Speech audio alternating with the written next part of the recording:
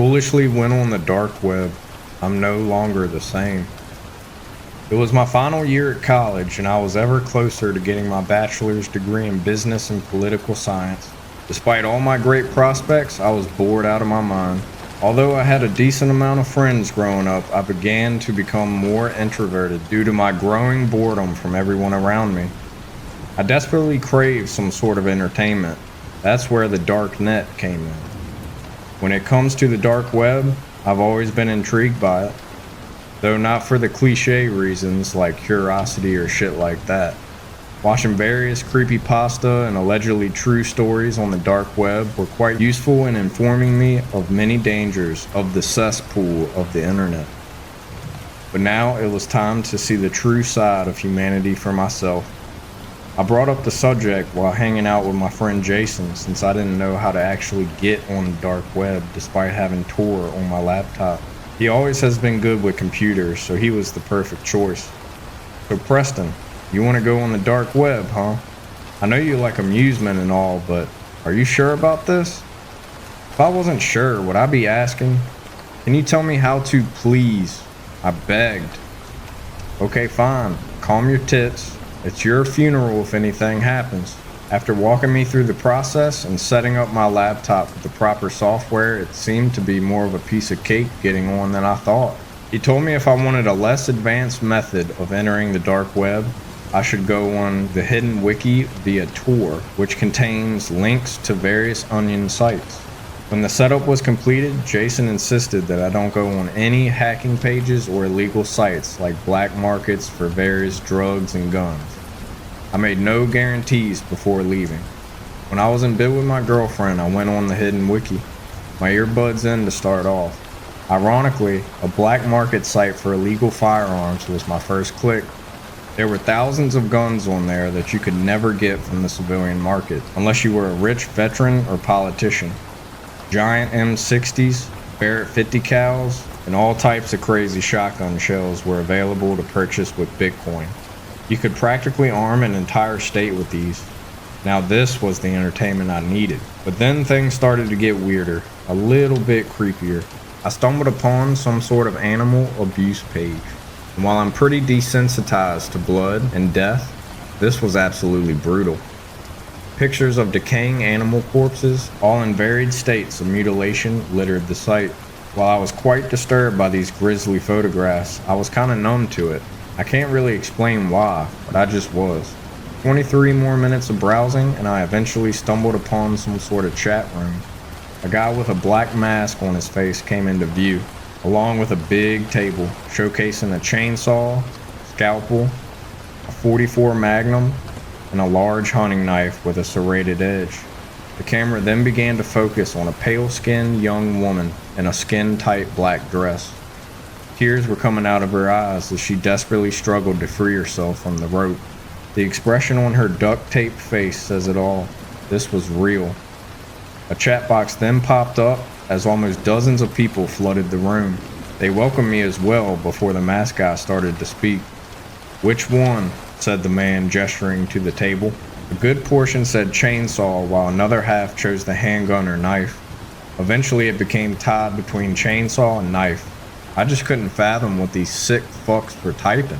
The fact that they could just nonchalantly choose how to brutally kill someone with about as much emotional weight as eating Chinese takeout was just pure terror at its finest. A tiebreaker, huh? Well, looks like I'll just have to pick randomly. As he said this, a second man, much taller and muscular than the first man, came into view, also masked. He picked up the knife and .44 as he went towards the woman. Her muffled screams became louder as he picked where to stab her. After a minute, he settled for her right shoulder, plunging the blade in so fast it could have dislocated her arm. She yelled another muffled scream of agonizing pain as the chat exploded with excitement. Another person in the chat then remarked he didn't stab her slow enough. As a result, the man took the serrated top off the blade to the top of her nose.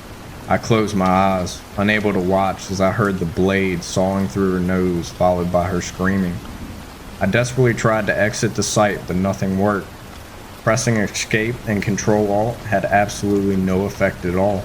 The burly man then began to load 2 rounds in the 44. He aimed precisely at her chest as he fired, creating a gaping hole in where her chest used to be. Aiming again, he raised the gun to her forehead. The force of the bullet was so great it knocked her and the chair to the ground. Incredibly horrified, I got up from bed, careful to not wake up my girlfriend as I went up to the garage to get my screwdriver. I unscrewed the bottom of the laptop before removing the battery, finally shutting it down. I had to sit for a moment to collect my thoughts about what I had just witnessed before going back to bed. Chloe was luckily still asleep, though I didn't get any that night. When I woke up, Chloe noticed how uneasy I was. I assured her it was nothing as she continued to persist. I called Jason to tell him about last night after she left for work. He was just as freaked out as I was. I asked him what I could do because I couldn't possibly call the police due to having been on the other websites. Instead, he advised me to completely destroy the laptop and hard drive, which I did. 3 weeks after this, Chloe gave me a letter that had no name, address, nothing. I asked her where this came from, which she had no idea. Yeah, definitely a pretty stupid question at the time. I opened it, and I was welcomed with a sheet of paper that read, "Come back again sometime," written in what I deeply hope was red ink. I already had a strong feeling of where it came from. It's now been 10 years since that experience, and I'm now 29. To this day, I still have nightmares about that poor woman's death. I still wish I could have saved her, the fear in her eyes forever haunting my soul. For anyone who even considers going on the dark web, please learn from my mistakes and stay the fuck away from that digital hell.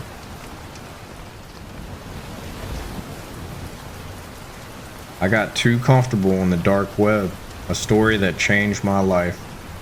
Browsing the dark web is simple. Download the Tor browser and do as you please, which is what I did.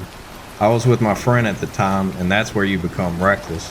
We were up late that night, past midnight, and we were watching scary dark web experiences on YouTube. Little did we know, this led us to a horrific experience, one we will never forget. "Damn, this shit's creepy," Daniel said. "Well, you know what this means. We're gonna try it for ourselves," I stated. What a bad decision looking back. What a bad decision indeed.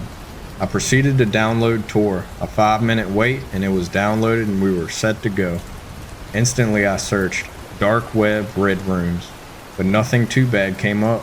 I continued to do this for the next few weeks. Nothing strange except gore and porn, which was nothing compared to the terrors we heard about on YouTube. And so I dug deeper and deeper into this hidden side of the internet. Each time I exceeded, I became more confident. Now moving on to the night of the incident. I was at a sleepover with my friend Daniel, remember him from the start? And so we searched dark web chat sites, and there we found it. Chat for free, online deep web chatting site. And so I said, great, let's take a look at this then. Big mistake. Daniel was weary before we clicked on it, and I don't blame him now that I'm looking back, but I was overconfident. The reason for me being like that was because during my time on the darker side of the internet, I didn't see anything bad. "Are you sure that it's safe, Mike?" I replied with. "Yeah, totally. What's the worst that could happen?" And I clicked. Bang! I was hit with several pop-up ads instantly, and my computer started running slow. But my computer was pretty old, so I thought, what's the worst that could happen? Once I had cleared all the stupid ads, I met a page saying, "Welcome to chat for free. Click start when you're ready." The loading circle on the screen lasted for quite a while until we met our first user. "You and Sam both like hockey" was written at the top. Our camera was on, but Sam's was not. All we could see was a blank screen, so we skipped off of him. But you need to remember his username, Sam the Man 666, and we'll get to that later. On our chat for free website, we met a couple of douches like usual, and a lot of blank screens. Our second time with Sam the Man 666 concluded of an empty room. His camera was on, but no one was there. Then in the chat box it said, "Sam is typing." "Hey," showed up in the chat box. "What should I say, Dan?" I exclaimed. Dan seemed to be shaking quite a bit. He seemed in no mood to answer my question. "Hi," I wrote, low-key hoping for no response. "Sam is typing" appeared once again. "Where do you live?" Sam wrote. That shook us both, so I just clicked off the website and cleared all the search history immediately. So then we fell asleep. We both lingered awake a while thinking about Sam and who he really was. But eventually, we both fell asleep, leaving the computer facing us. Bad idea. 3:20 a.m. I wake up, the computer is on with the chat for free open, but the website screen seemed a little darker and more unnerving. I immediately woke Daniel up and we were frozen with fear. As I slowly get closer to the computer, I see that we were in a chat with Sam the Man 666, but his face cam is, well, strange. His face cam was us, sitting in the chair, but it wasn't us. His face cam showed us both smiling, but I did not remember Dan smiling, or me. A deeper male voice spoke out, 12 Howell Lane, and I don't want to state the country. We were more paralyzed than ever, sitting and trembling in fear. I didn't have the power in me to do anything about it. It was like a nightmare, but sadly, it wasn't. It showed a shadow of a man behind us. I'd have to say plus 6 foot for sure, but I can't quite remember. As the man gradually came closer behind us in his face cam, a weapon became visible. As he got closer with his weapon raised, as me and Dan sat smiling still, that smile was like something I've never seen before. The man swung the weapon at my neck, chopping it away. It was absolutely horrific. I felt like throwing up. The adrenaline made me spring up and snap the computer in half. I was that adrenaline filled that it broke like butter. My heart racing, I put my hand on my head in fear. Dan was pale white and still like a corpse. I proceeded to stomp on the computer until it was completely into bits. I started crying, and do you blame me? Still to this day, I dread thinking about anything on the deep web, especially that incident. Just a reminder that this was 3 years ago and me and Dan haven't spoken about 6 months or so because of COVID, but we rarely talk about the incident anymore. I have no plausible explanation for what happened with the face cam and all that, but I'd like to forget about it now. One thing I have learned from this is never go on the dark web. You don't know who is watching you. My friend showed me this tour thing, and now he's missing. If I'd known what would happen after checking this out, I would have never agreed to go to Dave's house. It was 1:45 to midnight and I had work tomorrow morning, but the way he urged me to come over piqued my interest. Alex, bro, I think I discovered the best thing ever. Come check this shit out. That was all it took. Okay, I know. It doesn't take much for me to get hooked on something. I jumped in the car and headed over to his house in the middle of the night. When I got there, he was sitting on his front porch in the dark. His dog Ruffles was rolling around on the ground in the grass. Hey dude, glad to see you. Come on, let me show you this, Dave said. I nodded and gave Ruffles a scratch or two behind the ears, then followed him. We went inside and he grabbed 2 cans of Miller Lite from the fridge, tossing one to me. I followed him into the computer room and we sat down at his desk. He unlocked the desktop and what I could see was normal at first. Recycle bin, Microsoft Edge, all the basic stuff that comes with a computer nowadays. But then I saw it, a little purple icon. Tor, I said aloud. Dave chuckled. Tor indeed, my friendo. He double-clicked the icon and we were greeted by a white web browser. It almost looked as if it was a cut and paste Chrome. I glanced at Dave. Dude, you dragged me all the way out here to show me a new browser? He only shook his head and proceeded to copy and paste a string of letters and numbers into the web bar. In a matter of seconds, a page popped up showing various drugs, guns, and even an ad for a hitman. Okay, what the fuck, Dave? This isn't funny. So what? I can go watch YouTube and get all this same stuff. Dave glanced at me and smiled. He cracked his knuckles and went back to scrolling through the site. We can buy a shit ton of drugs off this website. It says it's only $50 for some mushrooms and shit, he said. Want to throw down and go half? I chuckled nervously. Bro, you're joking, right? I asked. He shrugged and continued clicking away, adding various drugs to the cart. MDMA, cocaine, ecstasy. The total kept going higher and higher. Finally, he got to a point and I think he was pretty satisfied with his shopping, and the final number was around $550. David, what the fuck? I muttered as I watched him enter his card info. He didn't even glance up from the screen as I watched him enter his address into the fields. Finally, he pressed submit and the screen went black. We both sat and stared at our reflections in the darkness before it finally lit back up. We were looking at something or someone in a room. Text that looked like it was straight out of Cosmic Sand scrolled across the screen and said, "Thank you for your purchase. A representative will be with you soon." Dave looked at me. Well, that was simple. Now we wait. We're gonna get so fucked up at this party next weekend. I was pissed. He had me drive here to watch him buy drugs off the internet, per Dave's usual. "I'm out, shithead," I scoffed. "Thanks for wasting my night. See you in the office tomorrow."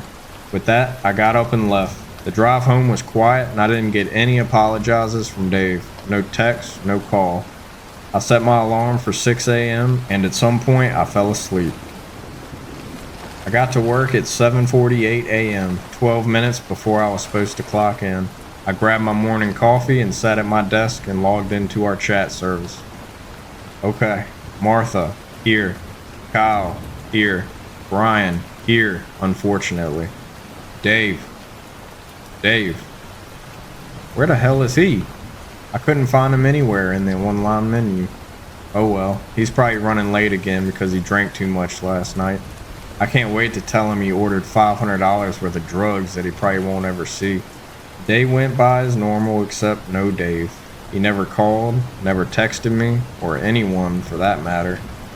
When I got off work, I headed over to his place immediately.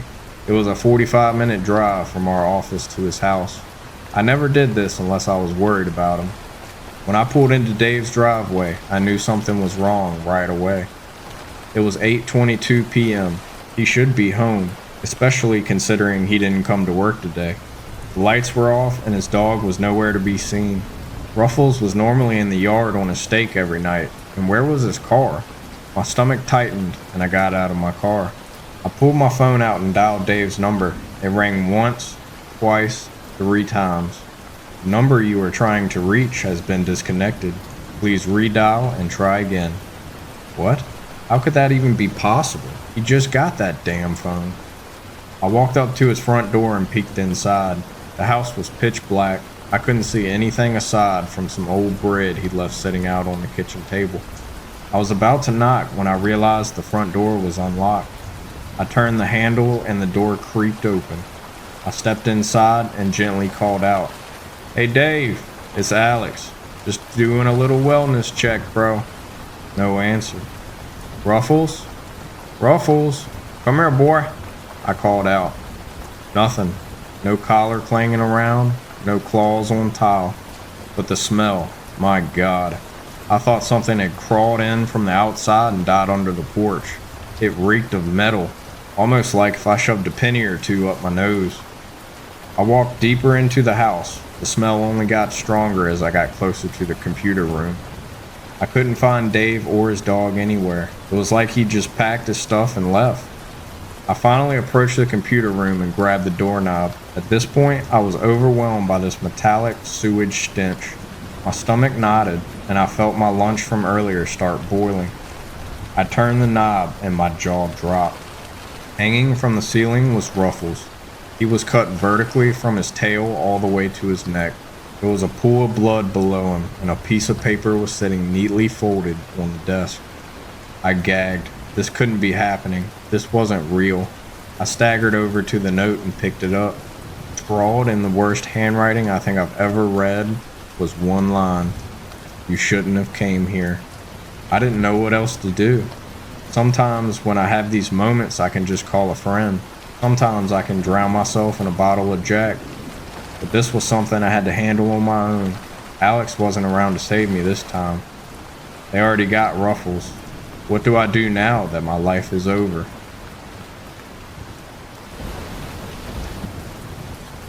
How could this happen to me?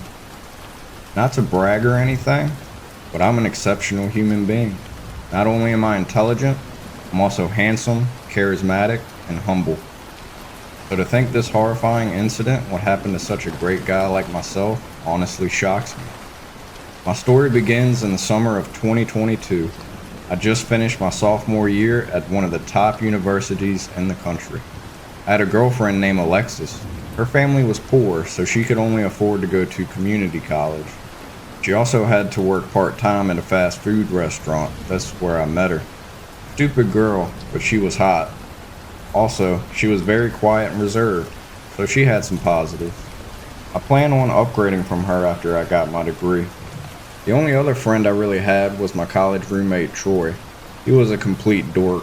He was really into ghosts, demons, and other suspicious stuff. His family was incredibly wealthy. He would show me pictures of his mansion. He would say some really weird shit like there's a demon living in the mansion, that it lives in the basement but comes upstairs at night and bangs on his bedroom door all night long. He says he never leaves his bedroom at night because the demon kidnapped his grandfather. Anyway, I had 2 weeks until I started my summer internship. I wanted to spend time with Alexis, but she seemed to be getting bored with me. I then thought of an idea. I remember Troy saying that he was taking a trip with his family to Japan the whole summer. The mansion would be completely empty. I could take Alexis to the empty mansion and impress her by saying it's mine. When Troy took a shower, I rummaged through all his stuff and eventually found the key to the mansion in his coat pocket. I wasn't stealing it, just borrowing it for the summer.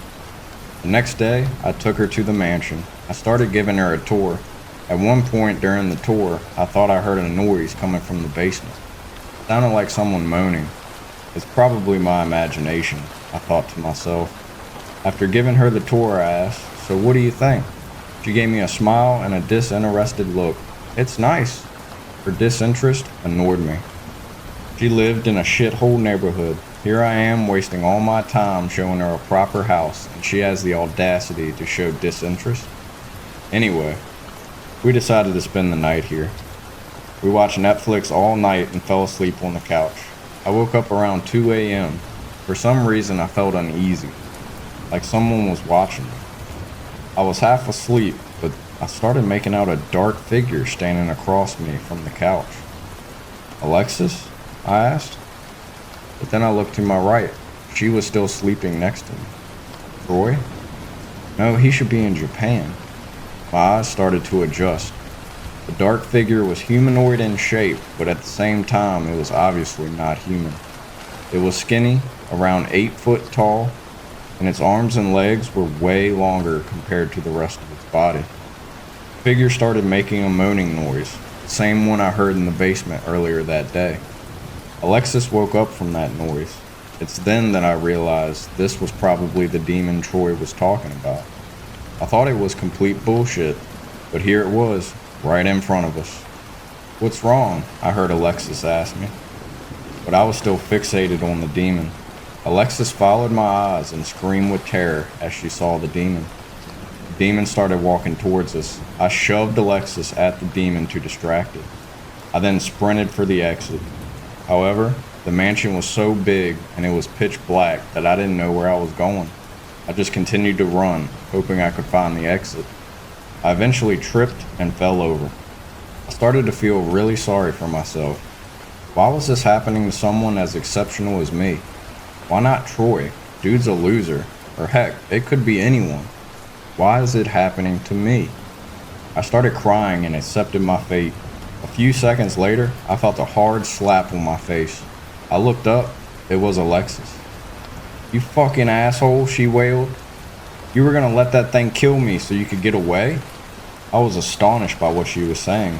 She never acted this way. She was always very reserved and polite, and she just physically assaulted me. I was furious that she would treat me this way, but I regained my composure. I demanded an explanation. "How did you get away?" She looked enraged. "That is what you ask me? Not that you're glad that I survived, or how I'm doing after you left me to die? You're exaggerating. I didn't leave you to die," I retorted. "And it's not like you to contribute anything relevant to society like me." She looked at me with disgust and said, "That's it. I'm done with you," and started walking away from me. This completely caught me off guard. Why was she being so selfish? I'm destined for greatness. She's a community college student destined for nothing.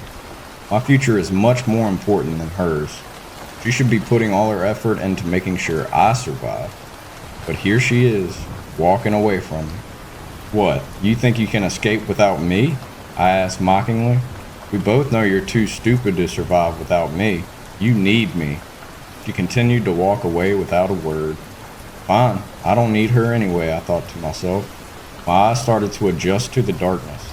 I started to realize that I was near the kitchen. The kitchen has a window. I can escape through the window. I started feeling my way through the darkness until I reached the kitchen. I tried to unlock the window without success. Looking around, I found a pot on the kitchen table. I used it to break the window. I grinned. Sweet freedom. Dumb bitch should have stuck with me. I started to crawl through the window to the outside. I was almost all the way out when something grabbed my right leg. It was the demon. It was pulling me back inside. I was wiggling my leg, trying to get my leg loose, but the demon's grasp was too strong. The demon was slowly pulling me back into the mansion. To my bewilderment, I saw Alexis. She was already outside and she was walking away from the mansion. Alexis! Alexis! I screamed again and again as the demon was slowly pulling me back inside. But she couldn't hear me. Alexis! I cried. My whole body was back into the mansion now. The demon dragged me through the pitch darkness. I cried in horror. What was it gonna do to me? I started to realize it was taking me downstairs. It was taking me to the basement. 2 years later, I'm still trapped in the basement. The only company I have is the demon and Troy's grandfather, who was also kidnapped. Turns out the demon is lonely, and that's why it kidnapped the both of us. The demon has a laptop, so that's how I'm posting my story to Reddit. I sometimes go on Alexis's social media. Turns out she now transferred to MIT and is doing very well for herself. As for me, I'm bored to death. All I do is play Monopoly with the demon and Troy's grandfather and surf the web. How could this happen to me? I had such a bright future.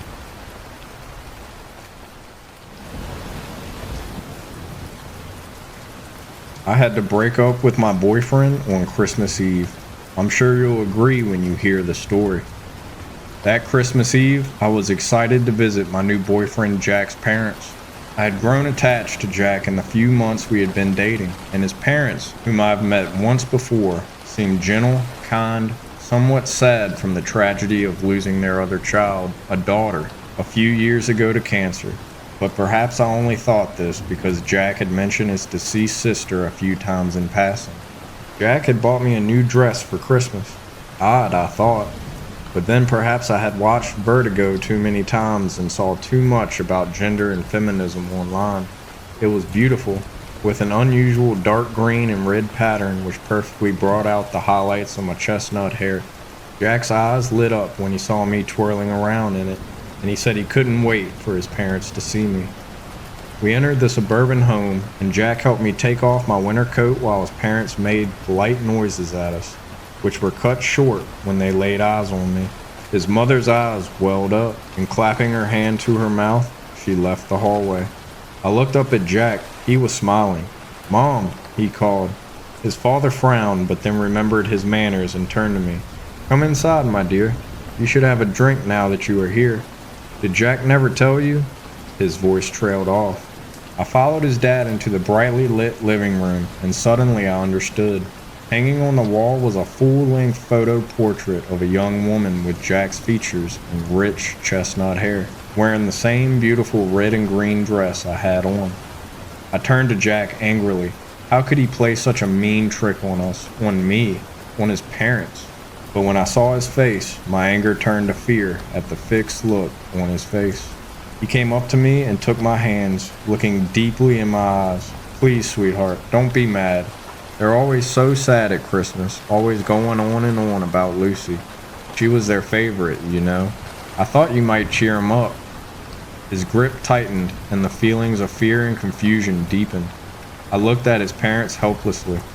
They were seated on the couch, his father's arm around his mother's slumping shoulders while she dabbed at her eyes. They looked so frail and ill. What were they thinking? "Please, darling, let's just have dinner. They prepared a real feast for us. All the things you like, just for a couple of hours," murmured Jack. Was it social conditioning? Was it survival? My skin crawling, I dumbly nodded. Jack turned to his parents. Mom, Dad, we're starving. Is dinner ready? He said brightly. Mom got up, visibly pulling herself together. We have nibbles in here. Where are your manners, John? Offer them drinks, she scolded her husband. Jack's dad turned to me. What would you like, my dear? Drinks in hand, the atmosphere relaxed, and Jack started chattering. I love the photos you put up, Mom. Where did you even find these? This is our last ski trip together, right? Lucy was such a champ. Do you remember when he turned to me mid-flow? Dad won medals in skiing, you know? State champions, and Lucy took right after him.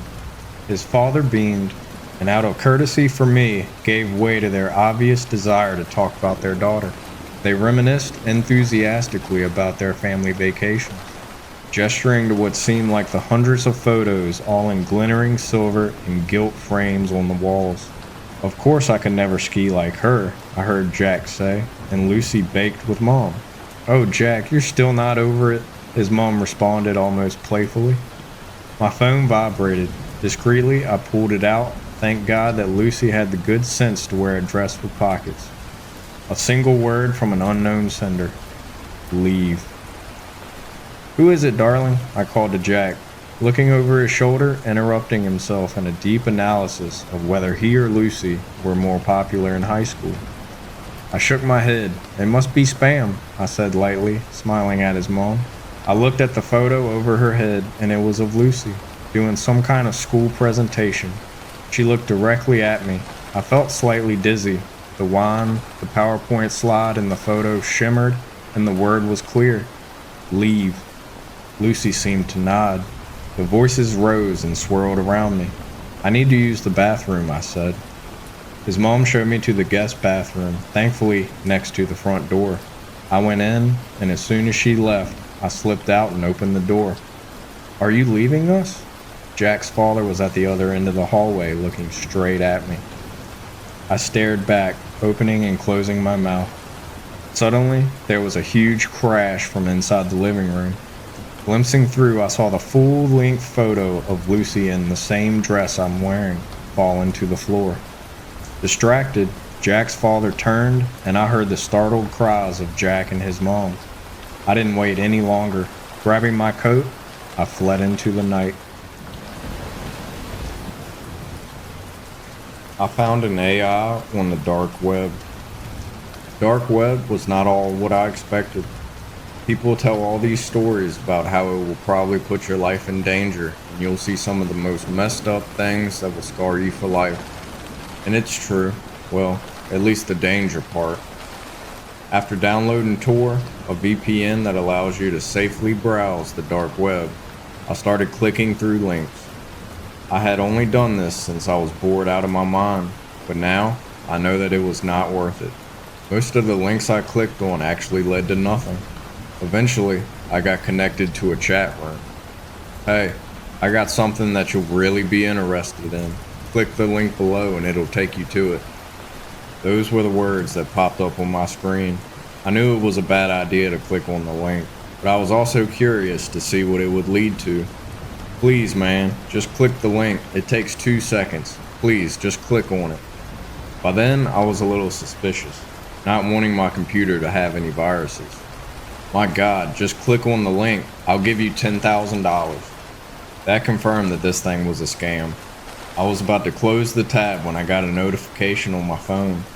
I had received $10,000. It didn't say how I got it, and it didn't have any apps for transferring money. I assumed it was just a glitch, so I checked my bank account. To my astonishment, I actually had just gotten $10,000. There, I sent it. Now just click on the link. I didn't know what was going on, but this guy seemed desperate for me to click on this link. I don't know why, but I clicked it. I was met with a blank screen. That's it. Just blank, filling the entire screen. This had to be some kind of prank. I checked my bank account again, and the money was still there. Why did someone send me so much money just for that? It was 11:30 by that point, and I had already been browsing for an hour, so I turned my laptop off and went to sleep.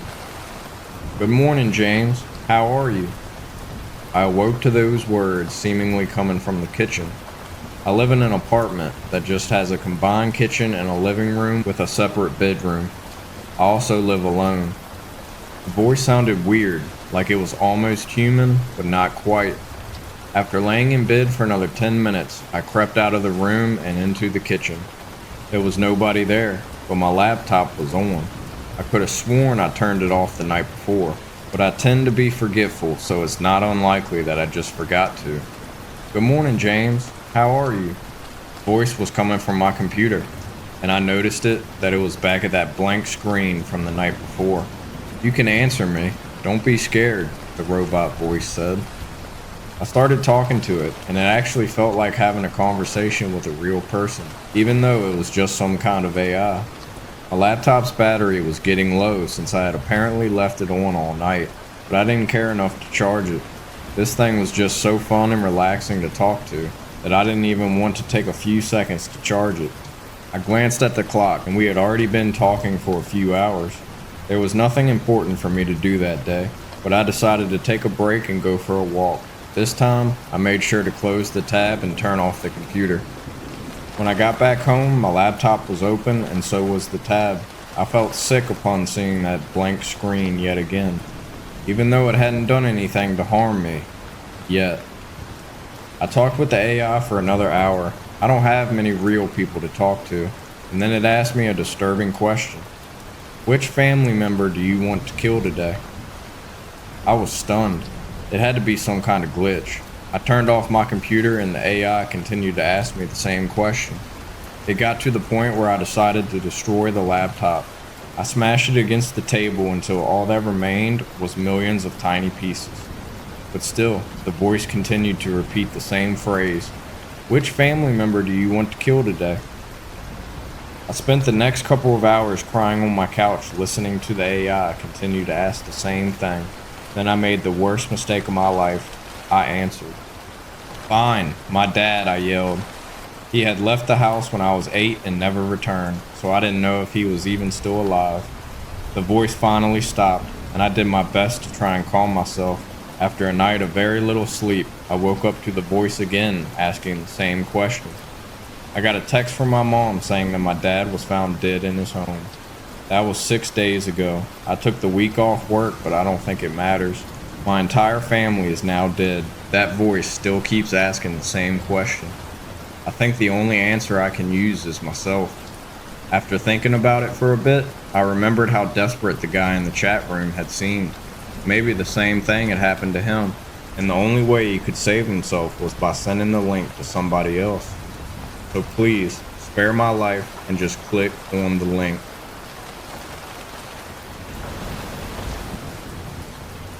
I joined a live stream on the dark web, only to find live footage from the back garden appear on my monitor.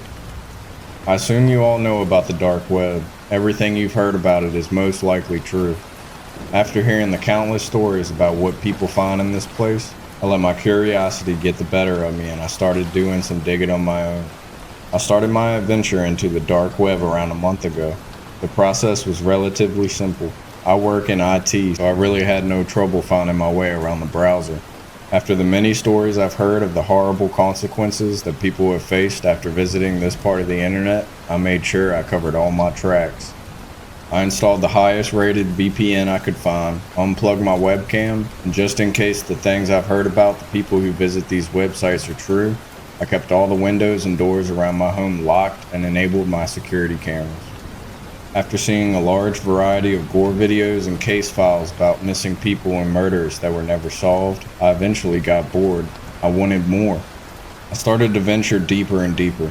After spending countless hours of copying and pasting links, breaking down firewalls, etc., I finally got what I wanted. The first page displayed an endless list of links. The first one was a step-by-step guide on how to prepare and eat a deceased human being. Each one gradually became more disturbing the further I went down. My adventure through this horrific site was about to come to an end until a particular link caught my eye. The link consisted of a long line of a random collection of different characters. I was planning on scrolling past until I noticed the word "live" written in a small red font. Started off with a black and white footage of a man walking around in some sort of woodland. After the first 5 minutes, nothing interesting was happening. The chat on the live stream was mainly quiet. Most of the viewers spoke a different language anyway. After 10 minutes of this strange man lurking around this property, he stumbled across a hedge. It was around 6 foot tall and reasonably neat. As he got closer, the feeling of realization came over me. This place started to become more familiar. After 30 seconds of watching the streamer scramble through the hedge, I now knew where the footage was coming from. My back garden. From my monitor I could see everything. My lawn, the vegetable patch I recently planted, and above the conservatory was my bedroom window. There I sat in front of my computer screen, completely unaware of the events yet to come. My heart started to race. Sweat began to fall from my forehead, which was later soaked up by my mouse pad. I could see in the bottom corner the chat started to blow up. People from around the world were requesting for this man to do unspeakable things to me. I closed my curtain immediately after reading the sinister requests put in by thousands of viewers. As I grabbed my phone to call the police, a deep, echoing voice came through the speakers of my monitor. "I wouldn't do that if I was you," he said. I froze. My hands started to tremble, causing me to release my cell phone. I checked the monitor again. He was now outside my back door. The hairs on my legs began to stand up on edge as if trying to escape from my jeans. All of a sudden, a voting poll appeared on the screen. There was 2 options. Both involved a gruesome way to torture me. I sat there, eyes glued to the screen, unable to move as the viewers began their vote. As the voting continued, the man outside found a key under the vase and made his way inside. I grabbed the closest blunt object to me and waited for the maniac to make his way up the flight of stairs leading to my room. There was a notification on my computer. The voting was over. It looks like the moments leading up to my death had gathered a large audience of psychopaths who couldn't wait to see this man do horrific things to my body. I could now hear him approaching the door. Each step he took caused my heart rate to speed up. He spoke from outside my door. "Now, ladies and gentlemen, the moment you've all been waiting for. Sorry about the wait." I discovered the meaning of life, and now I'm selling it to the highest bidder. So, I discovered the meaning of life, or at least that's what my eager customers are led to believe. You see, 2 or 3 times a month, I post a listing titled "The Meaning of Life" to various auction sites. I couple it with a sappy picture of a sunset or rainbow and description that reads, "All views are subjective. Results may vary." Most people wouldn't bat an eye at such a ridiculous listing, but there are some gullible folks out there that take the bait. When the bidding ends, I usually take home anywhere from $5 to $12. After I've received my money via PayPal, I ship out the item. What is the item, you may ask? Well, I scribble down an inspirational quote or a life lesson onto a piece of paper and mail it out in your standard letter-sized envelope. The quotes are usually from famous writers, historical figures, or the Bible. Some of them include, "If light is in your heart, you will find your way home." People will forget what you said, people will forget what you did, but people will never forget how you made them feel. It's never too late to be what you might have been. And that's it. One stamp, a drop in the mailbox, and my work is done. It's as simple as that. You might call me a scammer or a con artist, or perhaps even a plagiarist. And in truth, you are correct. I'm taking advantage of the naive people out there who are probably just looking for a sense of purpose in life. Also, I can make a quick buck. But I like to think most of the people know it's bullshit and purchase my listing just to see what I'll send them. Besides, I'm a bachelor right out of college, so as long as I can make a small dent in my phone bill and eat a packet of ramen each night, I'll sleep just fine. As you might imagine, I receive quite a bit of hate mail. I've learned to ignore angry emails and private messages on the auction sites. As soon as I see it's from one of my customers, it gets deleted. I do, however, receive the occasional snail mail. It's unavoidable, as my P.O. box is listed on all the envelopes I send out. It would be pretty easy for me to toss all these letters in the trash with all the rest of my junk mail, but I never can. Something about receiving a physical letter from someone, good or bad, compels me to read it. I feel that anyone who takes the time to write one deserves to have their voice heard, even if I don't really care for what they have to say. The more physical letters I receive, the more amused I am by them. To paint a better picture, here are a few of my favorite quotes from the fan mail I've received over the years. You're nothing but a glorified fortune cookie service. You'll rot in hell for the sins you've committed, mark my words. You're a real effing piece of shit, you know that? It's reached a point where reading these letters have become the highlight of my week. I've even tacked up some of the letters on a corkboard in my bedroom. You might think that's sick and a little messed up, but I think it's hilarious. Not all the letters I've received are bad. There's one guy by the name of Red, no last name, that's all he ever writes above his return address, who mails me constantly. He sends me inspirational quotes in exchange for mine.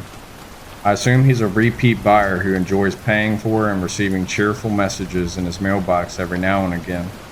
A man of class and dignity, my kind of customer. The first quote Red ever sent me was, "The fear of death follows from the fear of life.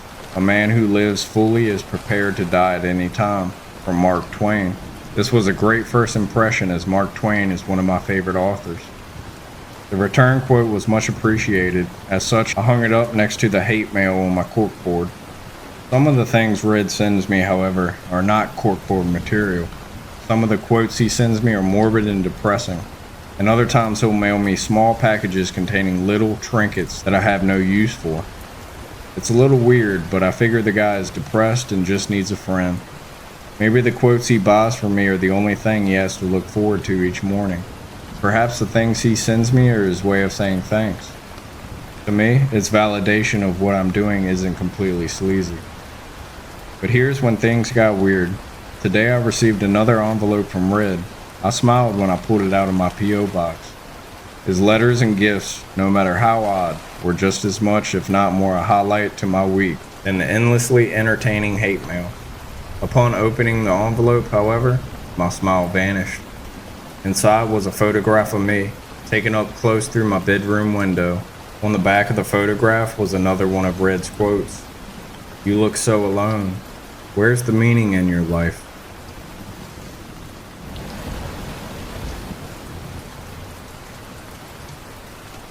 Mr. Googly Eyes. I was recently called upon to babysit my niece. My sister and her husband were traveling out of state for a wedding. Consider we live in the same town and I come from a cheap cost of a large cheese pizza. I was my sister's first call. That's what family is for. As I made my way through the front door, I barely had time to drop my overnight bag on the floor before being led away by tiny hands toward the living room. After sipping on only the finest selection of pretend tea, we were conversing over pizza slices. More accurately, I was asking her about her life, and she was answering each question with genuine enthusiasm. The positivity and excitement in each answer she gave was infectious.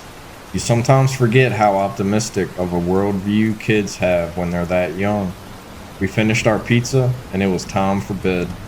As I tucked her in and flicked off the light switch, I started to leave, but stopped. I had almost forgotten to turn on her nightlight. My niece was deathly afraid of the dark, as I learned the last time I babysat. "Sweetheart, where's your nightlight? I don't see it." "I don't need a nightlight anymore. I have Mr. Googly Eyes." "Mr. Googly Eyes? Who is that?" "He's my friend. He watches me when I sleep." "Okay, that's a bit disturbing. Why is he called Mr. Googly Eyes?" "'Cause that's his name, silly." "Well, that's what I call him, because his eyes are like the googly eyes I use in art class. His real name is really weird." "Why does he watch you when you sleep?" "Because he doesn't blink." "Why doesn't he blink?" "He can't. He doesn't have eyelids." That part freaked me out. Suddenly, I had the urge to flip on the lights, but I remained calm and dug a bit deeper. "Oh, okay. Where is Mr. Googly Eyes now?" "I don't know. He only shows up when the lights are out and Mommy and Daddy are asleep. But I know he's in the room with me when I see his eyes in the dark." That was my cue to stop asking questions. I wished her a good night and closed the door. Admittedly, I was now a little creeped out.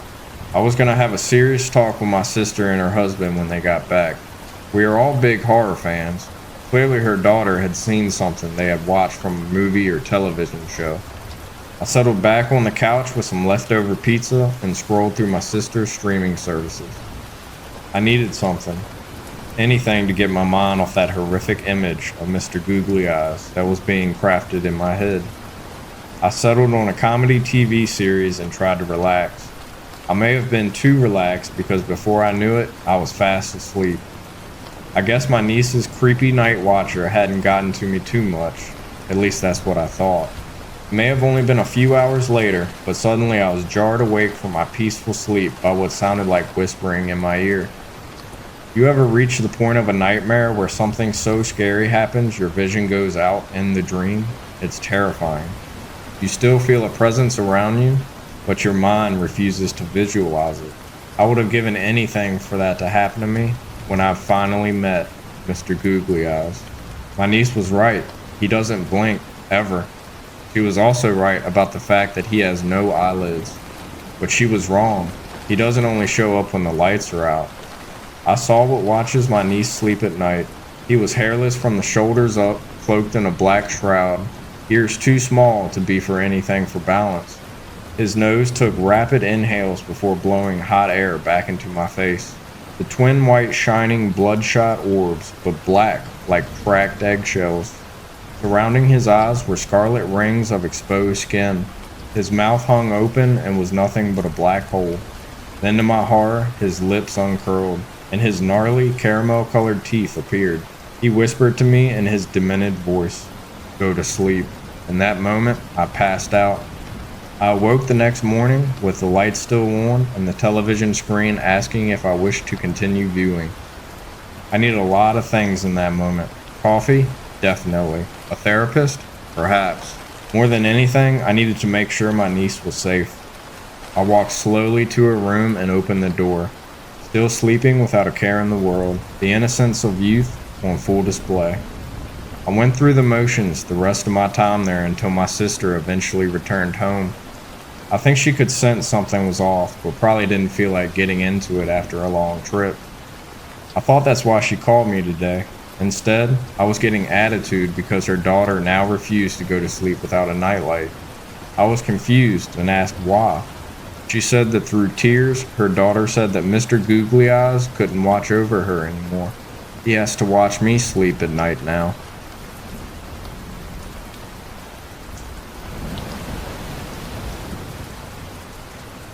Do not buy the lost Disney movie off the dark web.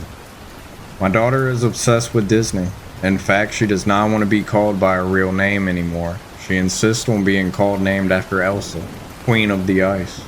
She has all the merchandise and all the movies on DVD.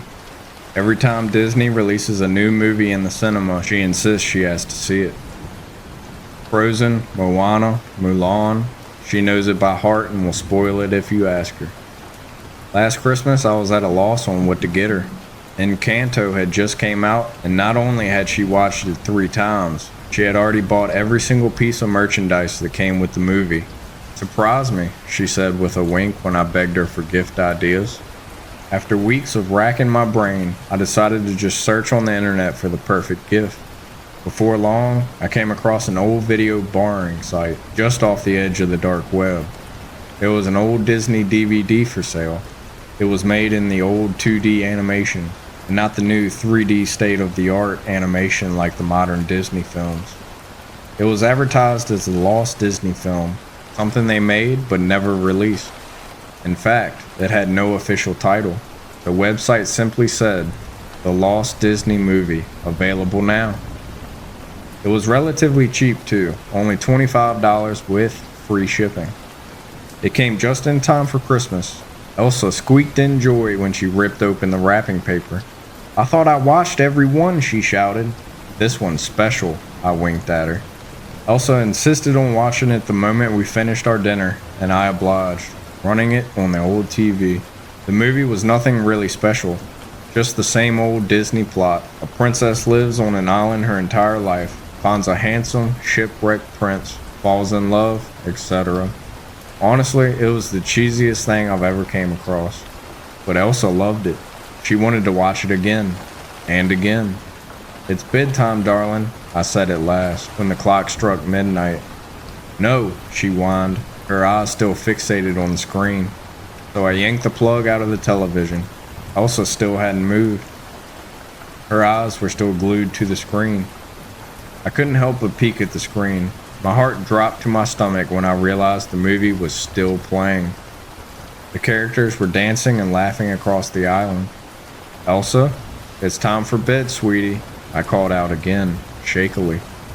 This was not normal. I reminded myself to call the electrician when Christmas was over. "Later," Elsa muttered without looking at me. The characters were still laughing on the screen. It was like they were laughing at me. The next morning, the movie was still on the TV. The long cord snaked across the room, the plug grinning at me. Elsa had not moved. Her jaw was slack and her eyes were red, and she was as still as a statue. "Elsa? Breakfast?" I said. Elsa did not respond. I stood in between her and my television set. "Elsa, breakfast," I nearly shouted. A dribble of saliva ran down from her open mouth. Her pupils were dilated and her face was throbbing. It had only been one night, but it was as if she had not slept for many days. "Leave me alone," she gurgled sleepily. This was not normal. Nothing I did would make her stop watching the movie. Dragging her away was impossible. It was like she was glued to the spot. I tried throwing a blanket over it, but it caught fire and crumbled to ashes on the floor. Finally, desperately, I tried to smash the TV, but the hammer simply bounced off the glass. I swung the hammer again, but this time the hammer crumbled into smithereens at my feet. The cartoon continued to play, every word a taunting reminder of my attempts. In the end, I gave up. Nothing worked. I kept a wary eye on her as the days slipped by. Then she started changing. Her face grew as white as a bone. Her skin grew translucent until I could see the inside of her. Her eyes were pale and bloodshot, her jaw too slack. She barely responded when I called her name, and she grew more interested in the film, sliding closer and closer as the days went by. Then one day, all was silent. I called Elsa's name, but she didn't even grunt. Then I made the mistake at looking at the television set. There she was, frolicking happily on the island with the characters, blur of pixels on the screen. I screamed her name and banged on the screen, but it was like she couldn't hear me, like she was there all along. I kind of regret buying the lost movie off the internet now, especially since I lost my daughter. Too good to be true, as the saying goes. How I wish I had heeded that warning. Especially since, as I pen these words, I hear my daughter's sweet voice from the television set, inviting me to watch the movie and be with her. Frolicking on the island paradise, like the old days. Should I?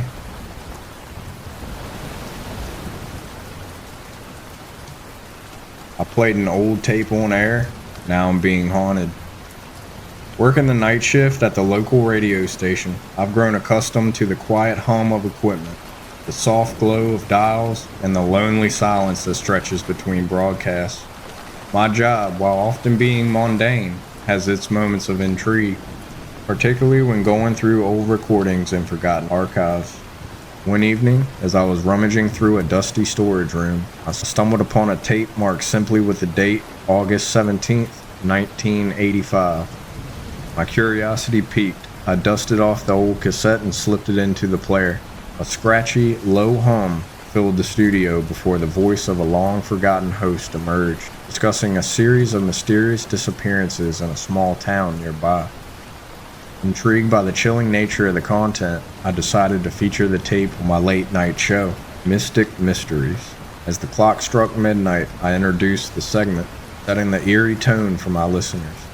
Tonight, we delve into a mystery from the past, a chilling account of vanishings that left the town in terror. This is a broadcast from August 17th, 1985, that was never aired until now. I pressed play, and the haunting voice of the past host echoed through the studio and out across the airwaves. The town of Cold Hollow has been plagued by unexplained disappearances. One by one, residents vanish without a trace, leaving behind only whispers of strange sounds and fleeting shadows.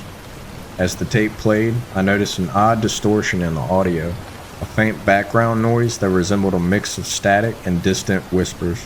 I adjusted the controls, but the strange sound persisted. Calls started coming in from listeners, all reporting the same thing. Unsettling noises and eerie visions that seemed to emanate from their radios. At first, I dismissed it as collective imagination, perhaps influenced by the spooky content of the broadcast. But then, I saw it myself, a shadowy figure reflected in the studio window. There one moment, gone the next. Panic began to set in as I realized whatever was on this tape was more than just a recording. It was something alive, something malevolent. The host on the tape continued, recounting the disappearance of an entire family. The Johnsons were last seen entering their home, but by morning, they were gone. Neighbors reported hearing strange chanting and seeing flickering lights through the woods behind their house. I felt a cold chill run down my spine as the lights in the studio began to flicker. Desperate, I tried to stop the tape, but the controls wouldn't respond. It was as if the equipment had a mind of its own, determined to play the recording to the end. The whispers grew louder, more insistent, and the shadow in the window reappeared, this time closer. Fighting rising terror, I grabbed the microphone. If anyone is listening, turn off your radios now. There's something wrong with this broadcast. But it was too late. My voice was drowned out by a cacophony of whispers and static, and the tape rolled on. The town's priest believed the disappearances were the work of a vengeful spirit awakened by a desecrated grave. He conducted an exorcism, but the entity only grew stronger, feeding on the fear it created. The shadow moved through the studio, a shapeless mass of darkness that seemed to pulse with malevolent energy. I could feel it watching me, drawing closer with every passing second. The temperature dropped, and I could see my breath fogging in the cold air. In a desperate bid to end the broadcast, I yanked the tape from the player, but the whispers continued, now emanating from the very walls of the studio.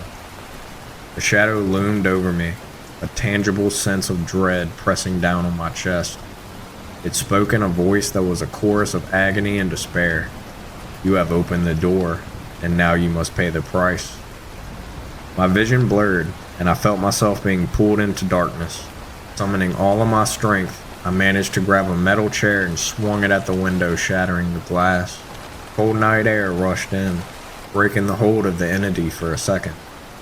I stumbled out of the studio, the whispers fading as I put distance between myself and the cursed tape. The radio station was shut down the next day, officially due to technical difficulties. But I knew the truth. The tape had unleashed something terrible, something that should have remained buried. I left town, abandoning my career in radio, haunted by the knowledge that the spirit might still be out there, waiting for its next victim. To anyone who finds the tape marked August 17th, 1985, I beg you, destroy it. Don't listen to the whispers. Don't let the darkness in. Some mysteries are better left unsolved.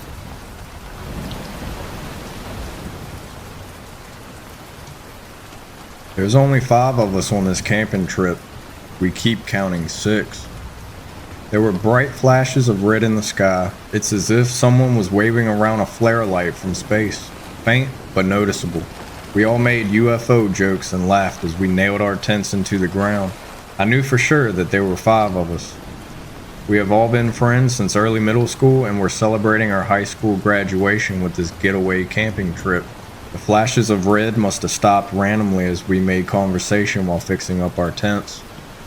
Dave managed to put his tent together the fastest and told us he was going to go find some branches for the fire.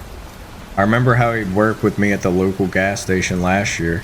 We used to work the night shift together, and it had made working at a desolated gas station much more fun than it was supposed to be. There was also Eric in the corner still reading his tent manual, fidgeting with his signature round glasses. I wasn't as close with Eric as I was with the others, but I still remember sitting with him in math class and copying his homework one time. Ava was also there talking with Sally, my cousin. Both had decided to team up and work on one tent at a time.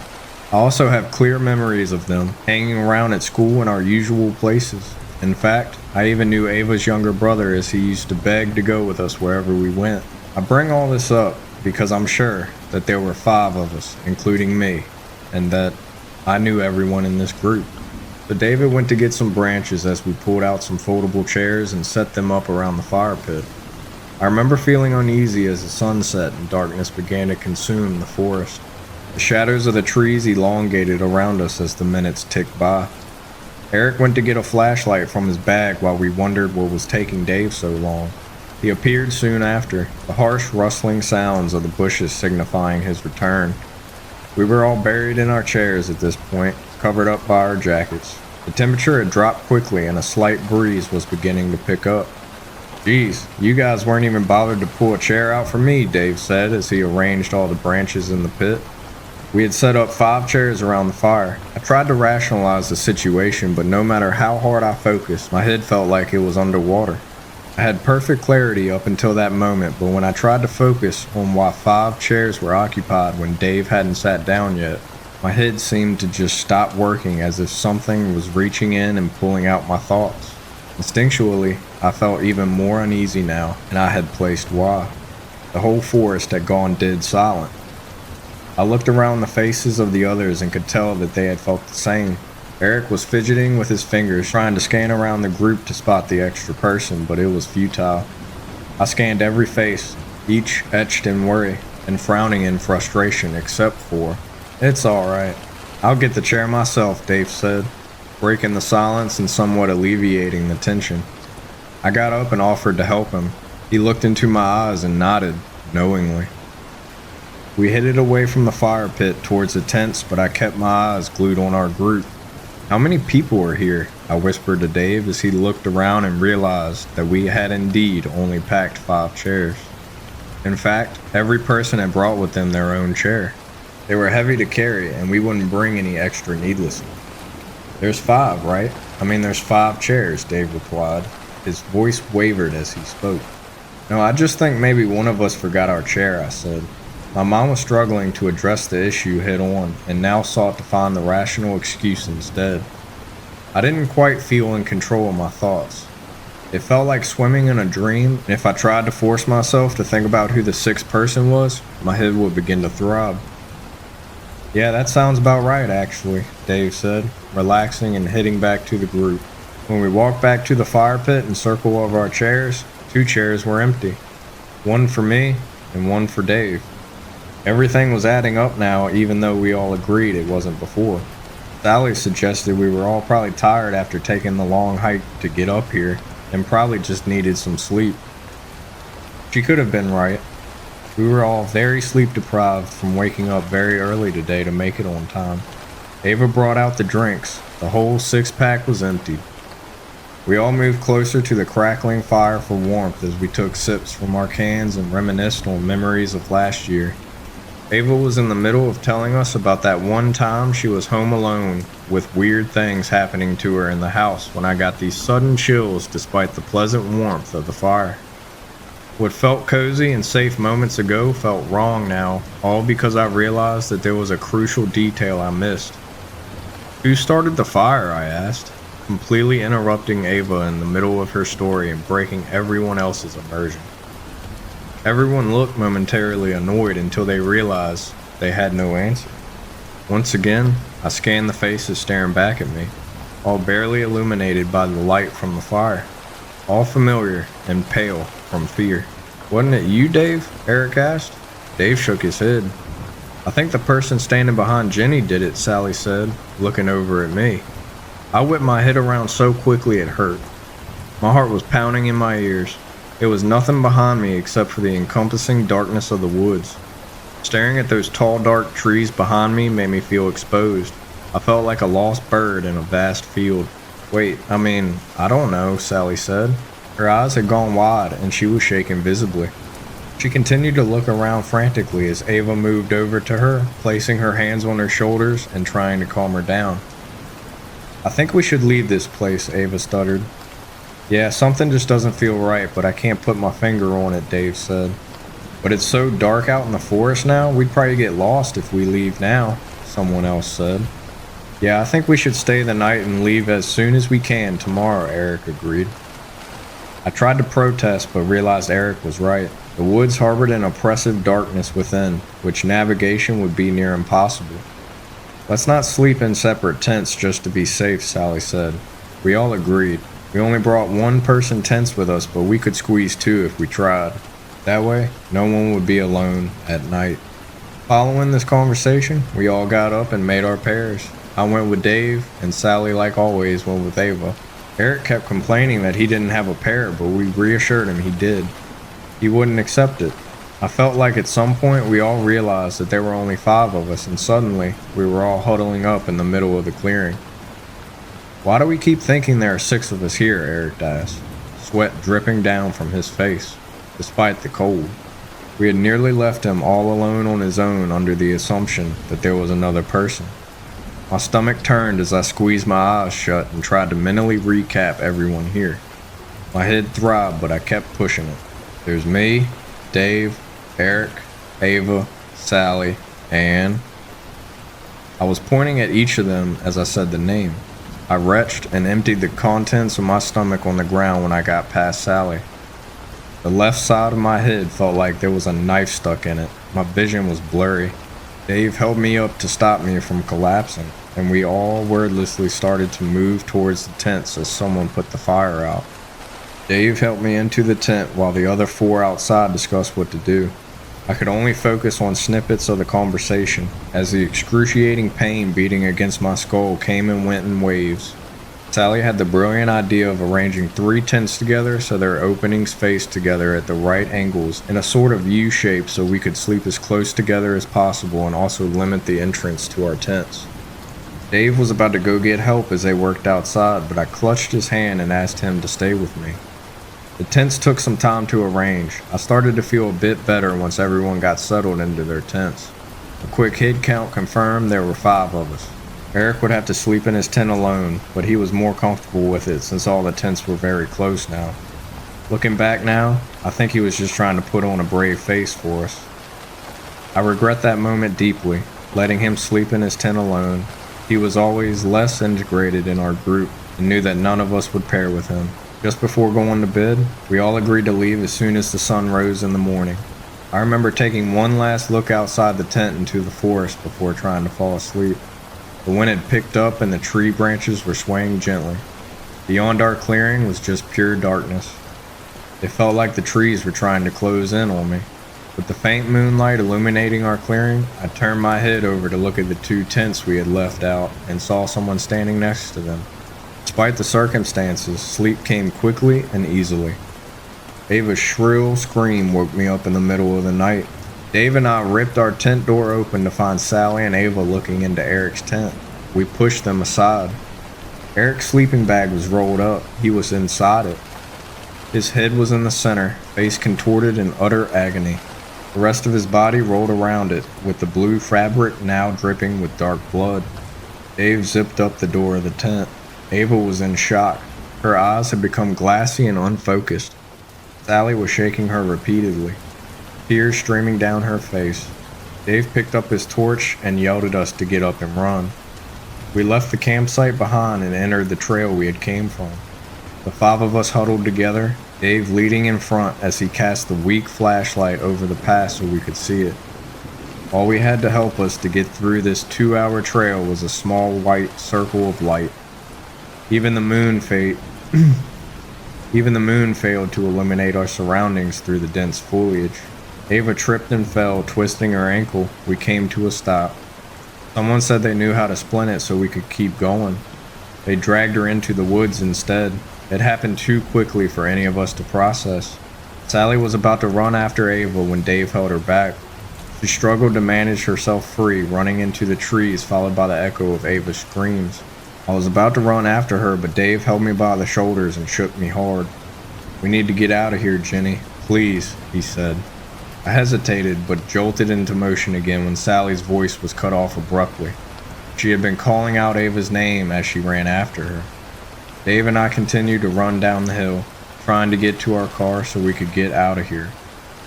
There was nothing we could do. At some point, there were three of us running on the trail.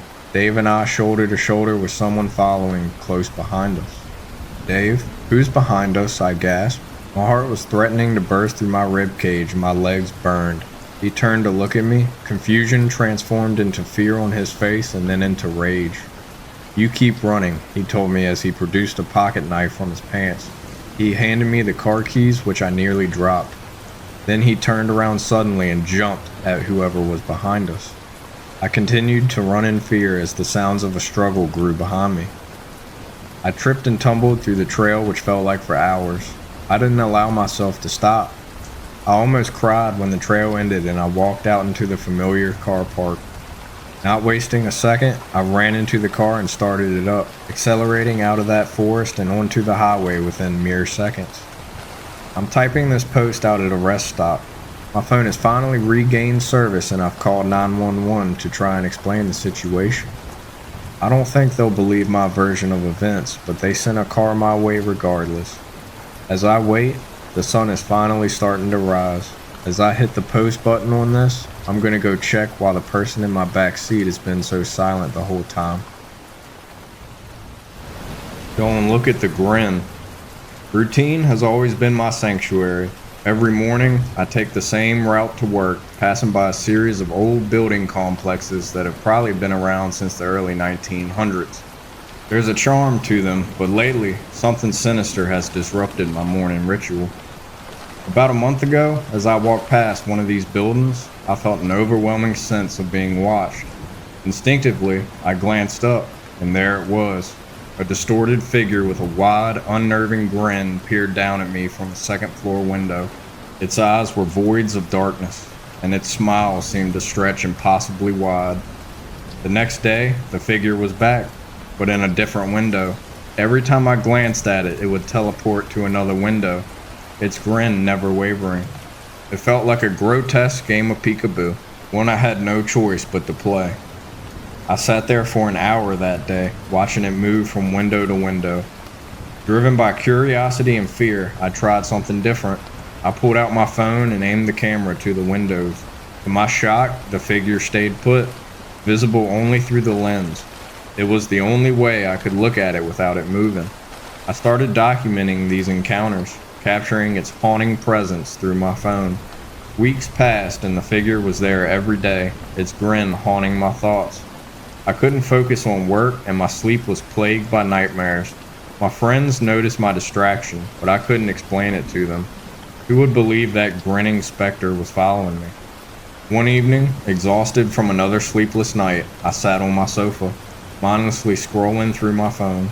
Out of habit, I glanced up at the window. My blood ran cold. The same grinning figure stood outside my living room window, its smile as wide and disturbing as ever.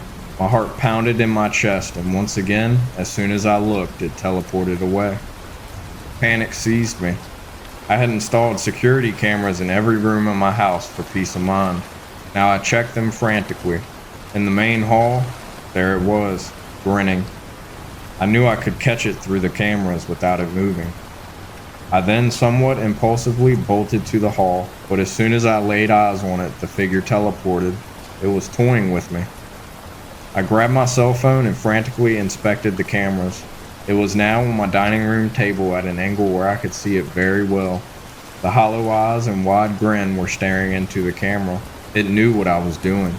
I was frozen. Could I avoid my dining room for the rest of my life? That seemed unreasonable, and yet, it felt as if it was my only solution. What made it move? Could it feel my gaze, or was it tracking my eyeballs? Why not try a little experiment? Cautiously, I approached the dining room table with the darkest sunglasses I could find. I wanted to get close before I looked up. Once I felt I was close enough, I glanced straight into its dark, hollow eyes. I saw, or should I say it saw me, and disappeared just as quickly. Desperation took over. The figure had moved to my bedroom's bathroom. Yes, I have a camera there, and yes, I live alone. I grabbed a scarf and tied it over my eyes as a blindfold. With a pocket knife in hand, I planned to stab the figure blindly. hoping to finally put an end to this nightmare. With my heart racing, I opened the door. I swung the knife wildly, hoping to connect with something, anything, but my scarf slipped, and through the reflection of the mirror, I saw the figure. It teleported instantly. In sheer panic, I slammed the connecting door to my bedroom shut, sat on my bed, and checked the cameras again. The living room was clear, the main hall was clear, the dining room was clear, upstairs hall, clear, bathrooms, clear. I breathed a sigh of relief. Maybe it was gone.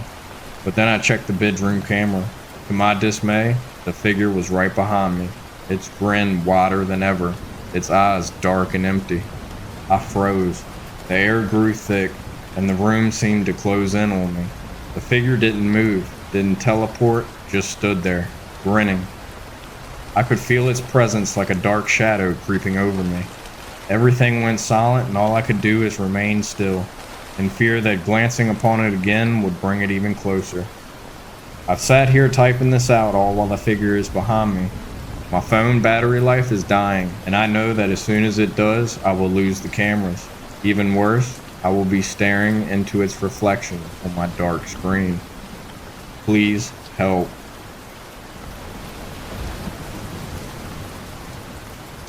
My son caught a frog that wouldn't stop growing. Dad, look what I found. I looked up from my phone at my son Tyler, who was standing at the front door in his yellow raincoat and rain boots.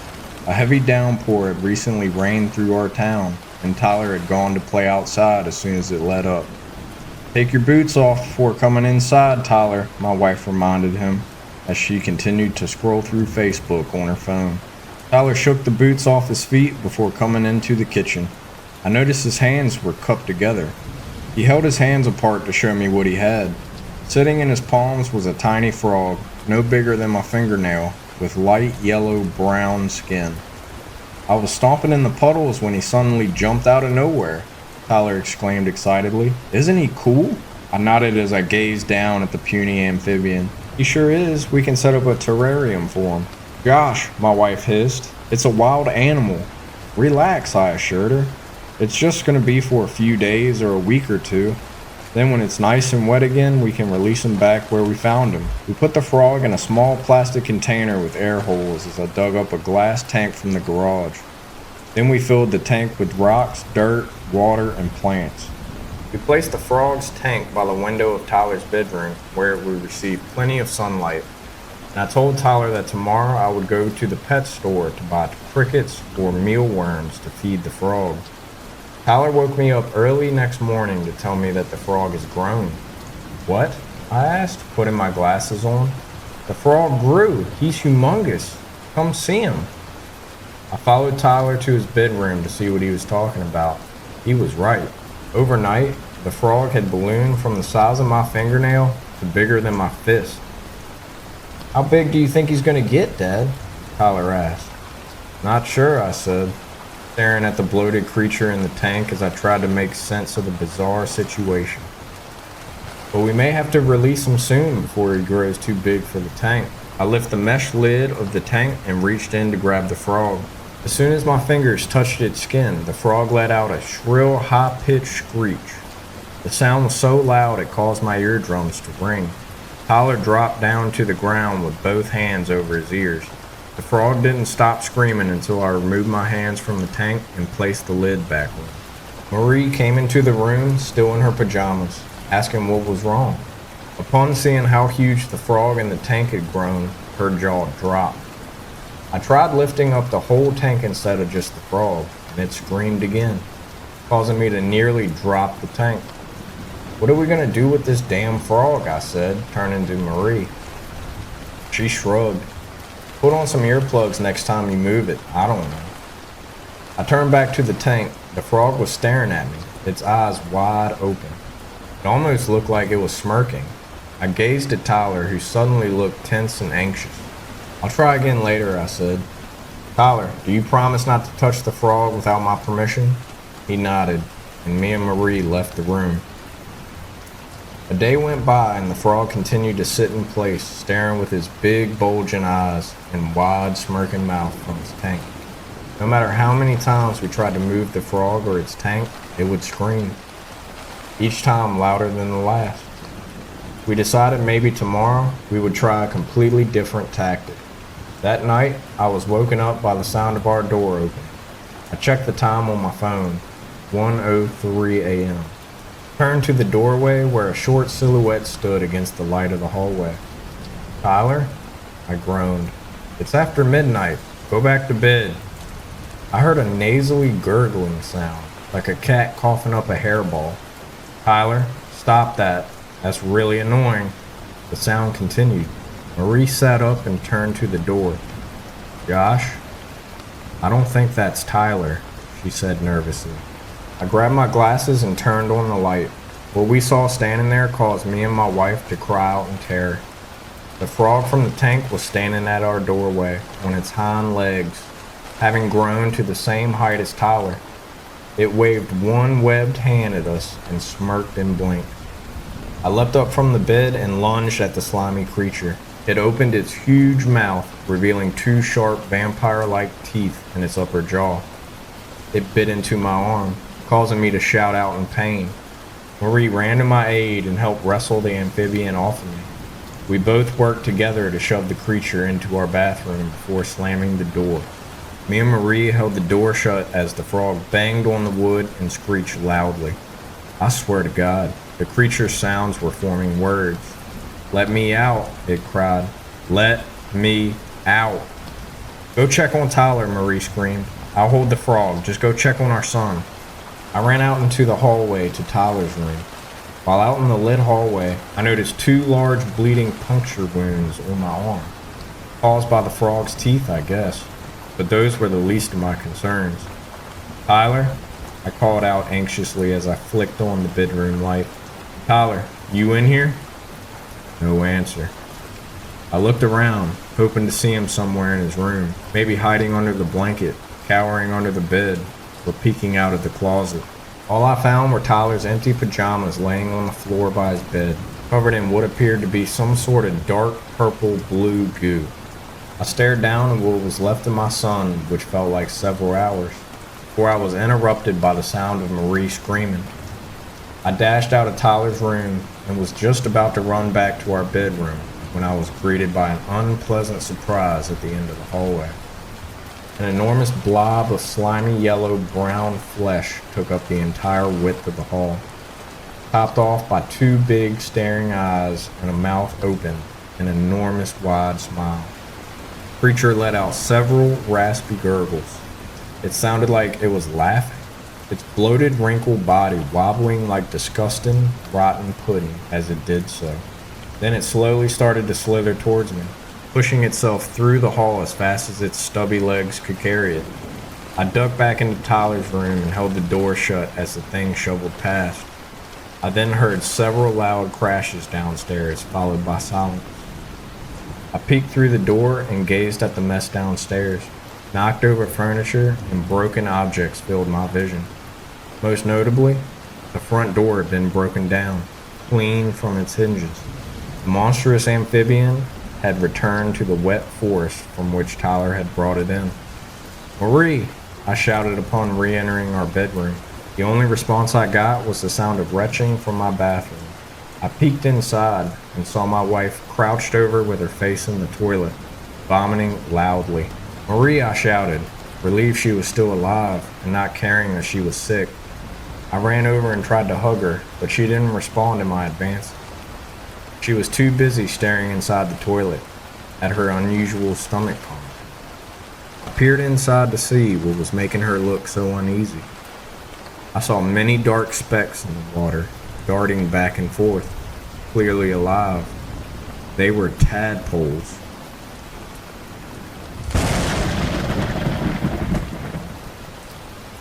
I dream of names and cancer. When I was 4, I killed my first ant. It didn't have a name. Of that, I was absolutely certain. My own name isn't important to you right now, although it's likely you'll learn some version of it soon.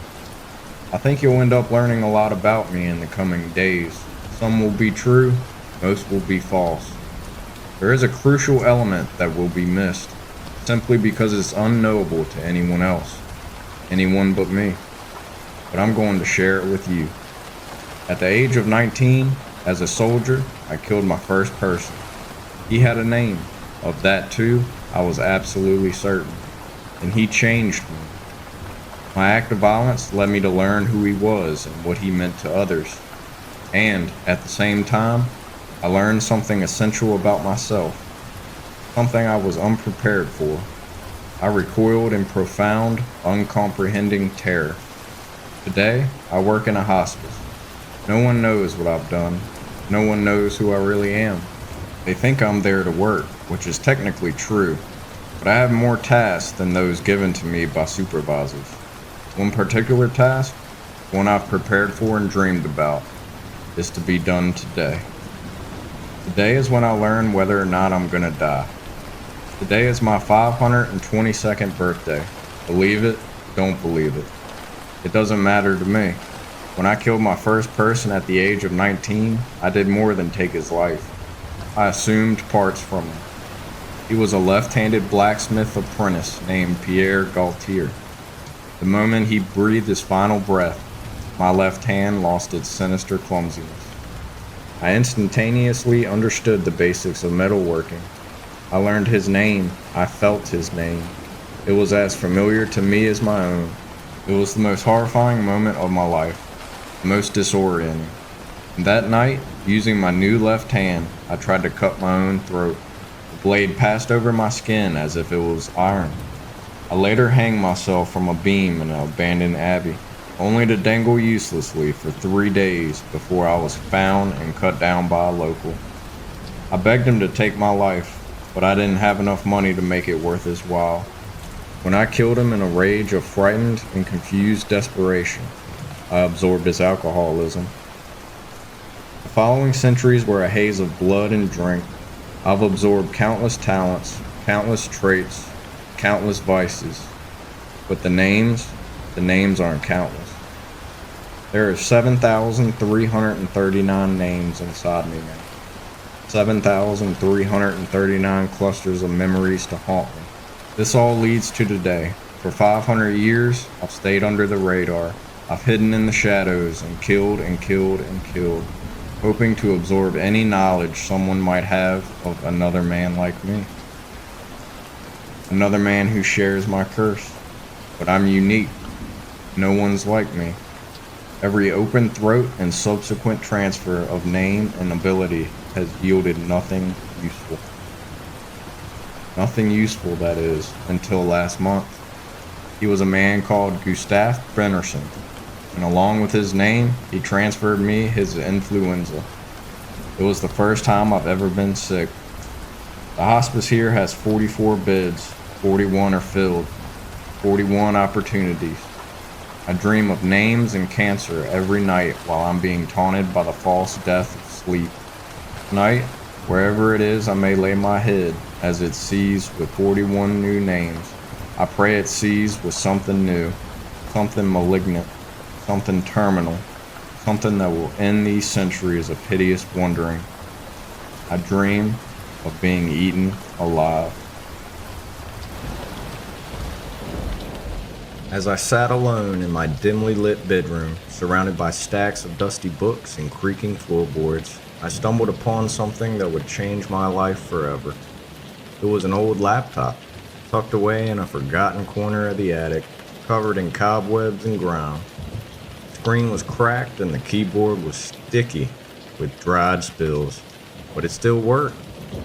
And when I turned it on, I found myself sucked into a dark and terrifying world of the deep web. At first, everything seemed normal enough. I browsed through various forums and websites, reading about conspiracy theories and urban legends. But then, I stumbled upon a forum dedicated to the darkest corners of the internet. The posts were cryptic and ominous, speaking of ancient evils and forbidden knowledge. I dismissed them as mere fantasy, but one post caught my eye. It was a thread titled The Red Room, and the users claimed that it was a place where you could find anything your heart desired, but for a price. I laughed it off as ridiculous. but the curiosity got the better of me. I searched for the Red Room. After navigating through countless dead ends and fake links, I finally found it. The website was shrouded in darkness, and a low hum filled my speakers. A message popped up on the screen, inviting me to enter my request. I hesitated for a moment, wondering if this was some kind of prank or a trap. But my desire for adventure won out.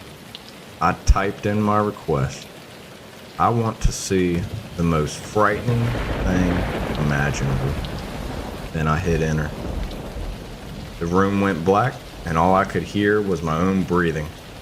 Suddenly a figure appeared before me, tall and imposing, its face obscured by shadows.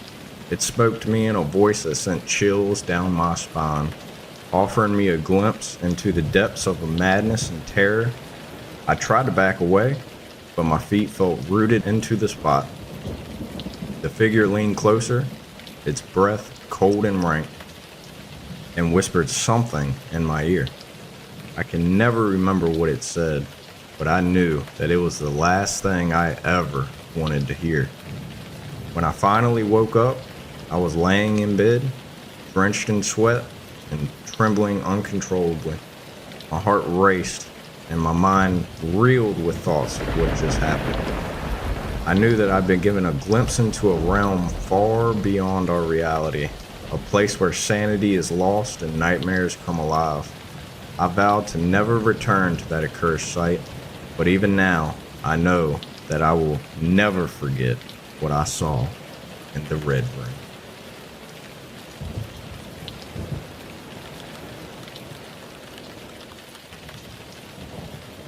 When my friend first introduced me to the dark web, I was amazed at how such an unknown thing could house some of the most illegal things on Earth. Up until today, I had only used it for learning how to code and commit small crimes. But after the horrifying videos I just found, I don't think I'll ever use the dark web again. I first met my best friend Alex a little bit after I got into high school. My parents had moved us to a new town and I had no friends. It was lonely at first, but I got used to it. We moved because they were paranoid after many murders occurred in my town. I thought this was weird, moving across the country over that, but I let it go. The reason Alex and I became friends so quickly was because we both had a shared interest in the internet and everything it had to offer. I was a gaming addict and a tier 3 Pokemon subscriber, while he was more of a coder and developer. 2 years later, we were still best friends, but now we were much older and smarter. Alex had discovered the dark web and he was obsessed with it. He pretty much spent every hour of the day on it, searching through anything you could imagine. There was nothing wrong with this, but one search he made was the biggest mistake of his entire life. I remember waking up to dozens of text messages from him one morning. This wasn't normal. Alex wasn't a very social person, and it was very hard to get words out of him. I opened my phone to see what the messages had to say. Dude, Jack, you have to come over right now. This is important. Jack, wake up. This is urgent. Where are you? These were only some of the messages, but the rest were very similar, with them all being urgent and that I needed to go to his house immediately. My parents were both still at work, so I went to Alex's house. When I arrived, there were 4 cop cars parked in front of his house, and there were dozens of people and news vans standing out front.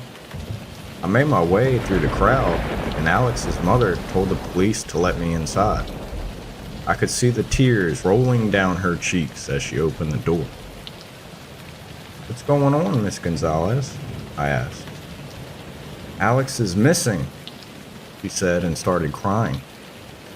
My heart sank. How could this happen? He just texted me earlier this morning. That is when it hit me. What if he was trying to warn me? What if his messages were related to his disappearance? Still in shock, I walked up to one of the detectives in the kitchen. "Is Alex gonna be okay?" I asked. Of course he is. He's going to be just fine. We're going to find him very soon, the detective responded. Something about that response was off. It was like I knew he was wrong. Deep down, I had this slight feeling that I wasn't going to see him ever again. I remembered the text messages, however, and pulled out my phone to show the detective.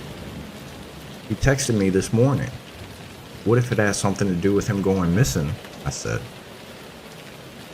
As he began reading them, his position quickly changed. It was like it got worse. He told me they needed to keep my phone for now to investigate the text messages, and said they would give it back to me later. I stayed around the house for a while, not just because I missed Alex, but because I wanted to comfort his parents. They cared about me a lot, and it hurt to see him like that. His mother couldn't stop crying.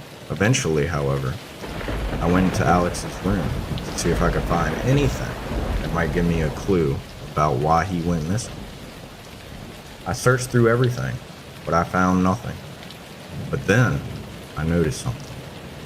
Alex's computer was on, but his monitor was turned off. I looked for the button to turn it on and hit it. As the screen lit up, my heart sank. He was on the dark web. Obviously, this was normal, but for some reason, he had several of different tabs open. I knew this wasn't normal. So I closed the door, locked it, and began going through them. At first, it was all pretty usual for him. But then things started to get weird. He had a tab open that was an article about a murder that happened several years ago. The article said that it was a woman who was found dead in her apartment. Her body was mutilated, cut up, and covered in acid. I nearly threw up reading it, seeing the horrifying pictures on the crime scene.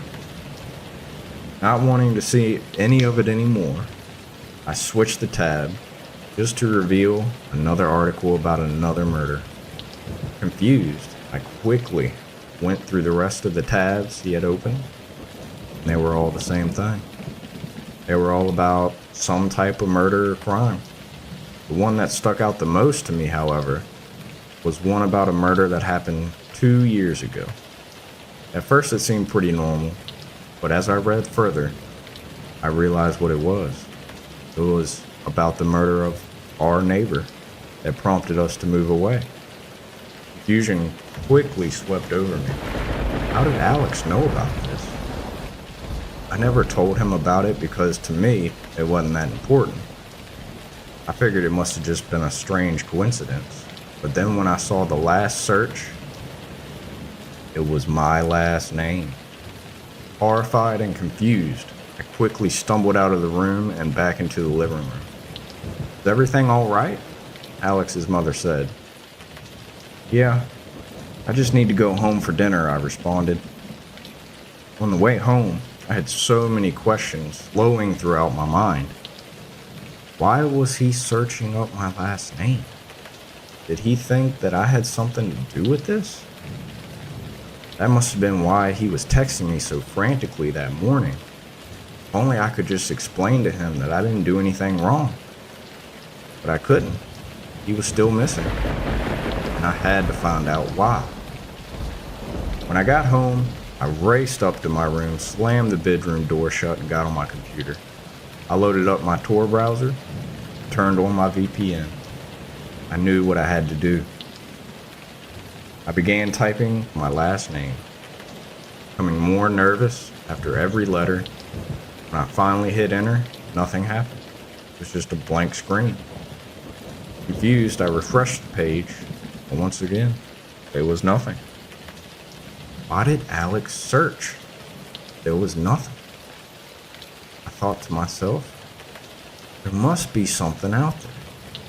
I was getting ready to close out the tab thinking I had ran into a dead end, when suddenly the page started to load. It took several minutes, but finally it loaded to reveal hundreds of videos. Immediately I knew what they were. They were murders. But why did they show up when they searched my last name? I considered just stopping right there and turning back, knowing the horrifying things I would see if I continued on. But I couldn't. I knew this had to be why Alex went missing, so I clicked on the first video. As it started playing, I saw what looked like a woman strapped to a chair in some sort of basement or something. I quickly recognized who it was. It was our neighbor from 2 years ago.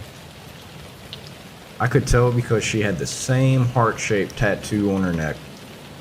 She sat there for a minute, struggling, panicking, screaming for someone to help. However, suddenly 2 figures walked into the frame.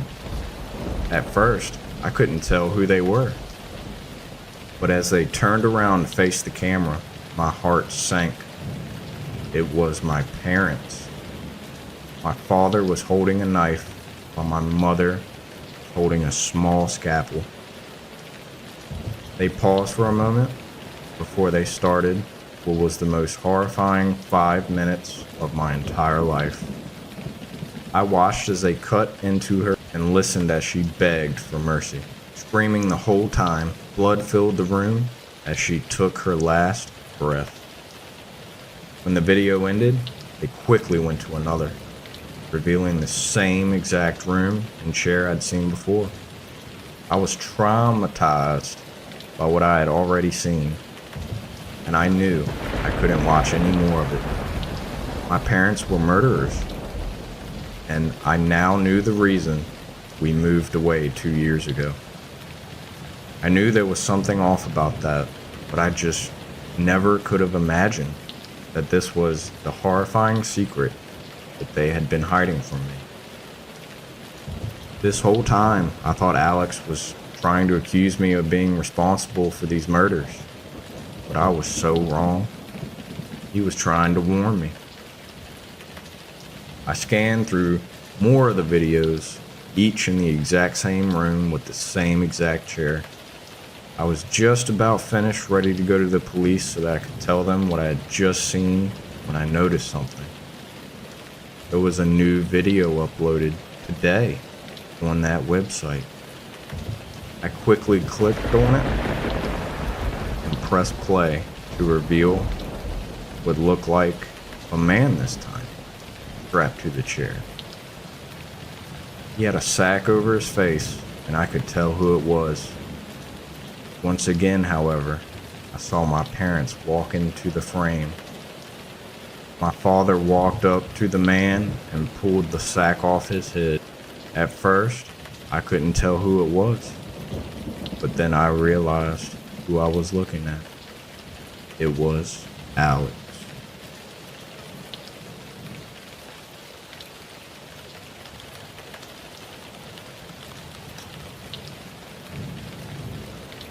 I had always been aware of the deep web.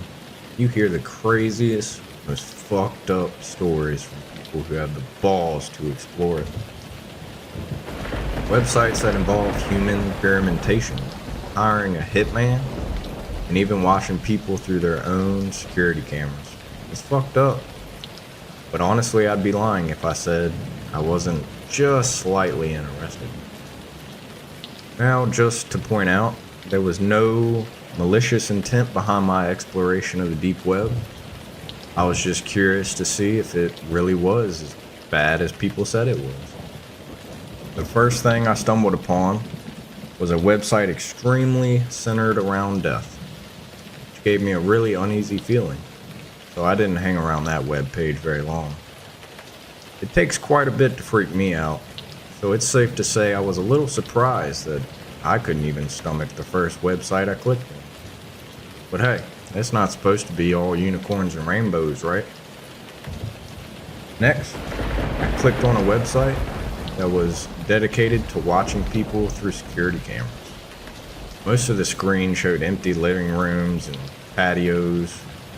Some of them even showed oddly filled rooms, like rooms that were packed with stuffed animals and eerily decorated with fucking Christmas lights and fake Santa Claus statues. Another screen showed a young lady doing yoga. That one had a lot of views. I didn't watch that one very long though. Something inside me just felt ill and wrong. Like, what was I doing? That's sickening. I shook my head, blinking away more curiosity before I hovered my mouse over the tiny X to close the window. Right before I pressed the mouse, I saw a blue link under a black screen that said, "Proceed with caution." I bit down on my back teeth, yelling internally to leave the page. Don't click the link. It's not worth it. It could be murder. What if it was someone skinning an animal or some shit like that? But then again, what if it wasn't? I don't know what the hell propelled me to move my mouse away from the video, hovering it over the link instead. That's where I ended up. My curiosity always got the best of me. And no matter how twisted my stomach felt, or how strong the feeling of dread was that lingered right over my head, I had to know. I really just had to know what the link led to, or I would go crazy until I finally figured it out. So I pressed my mouse down and watched the link turn purple. Felt my mouth go dry and watched as the screen slowly loaded. The page was just comprised of a large link. Like the security camera page, only it was just one. Room was concrete and it was dark. There must have been a night vision camera or something, because everything had a weird blue-green tint. But you could tell there was little to no light. There was a dark liquid on the floor and a medium-sized puddle. I told myself it was gasoline. Don't ask me why. Movement in the far right screen caught my attention. I immediately perked in my desk chair, inching my face closer to the screen of the laptop. It looked like an arm, like someone's forearm.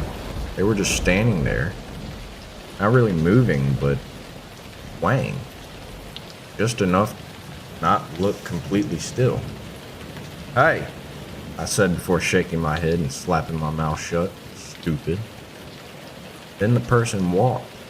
They walked over towards the left of the screen. I felt my stomach knot. Felt my throat tingle and tighten. Bile rising in the back of my throat. I knew my mouth was open, gaping, and my eyes were wide. Face screwed up.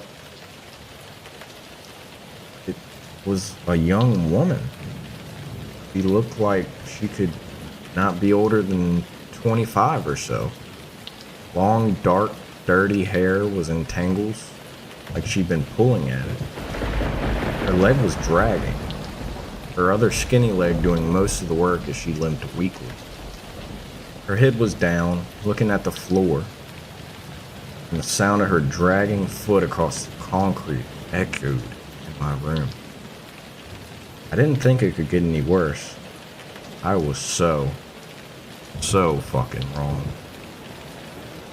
Suddenly, the woman raised her head, and it looked like it weighed a ton on her tiny body. I hadn't noticed it before, only able to make out the side profile. But now it was clear as day. She looked around, eyes watering with tears and black makeup streaming down her face. Small strands of bloody red were intertwined in her lips. Messily tied, locking them together, dark blood stained on her chin, probably from where she tried desperately to open her mouth to scream. Before realizing she couldn't, her dainty fingers were strained as well. Same color as the puddle on the concrete. My whole body felt weak. My stomach was sick.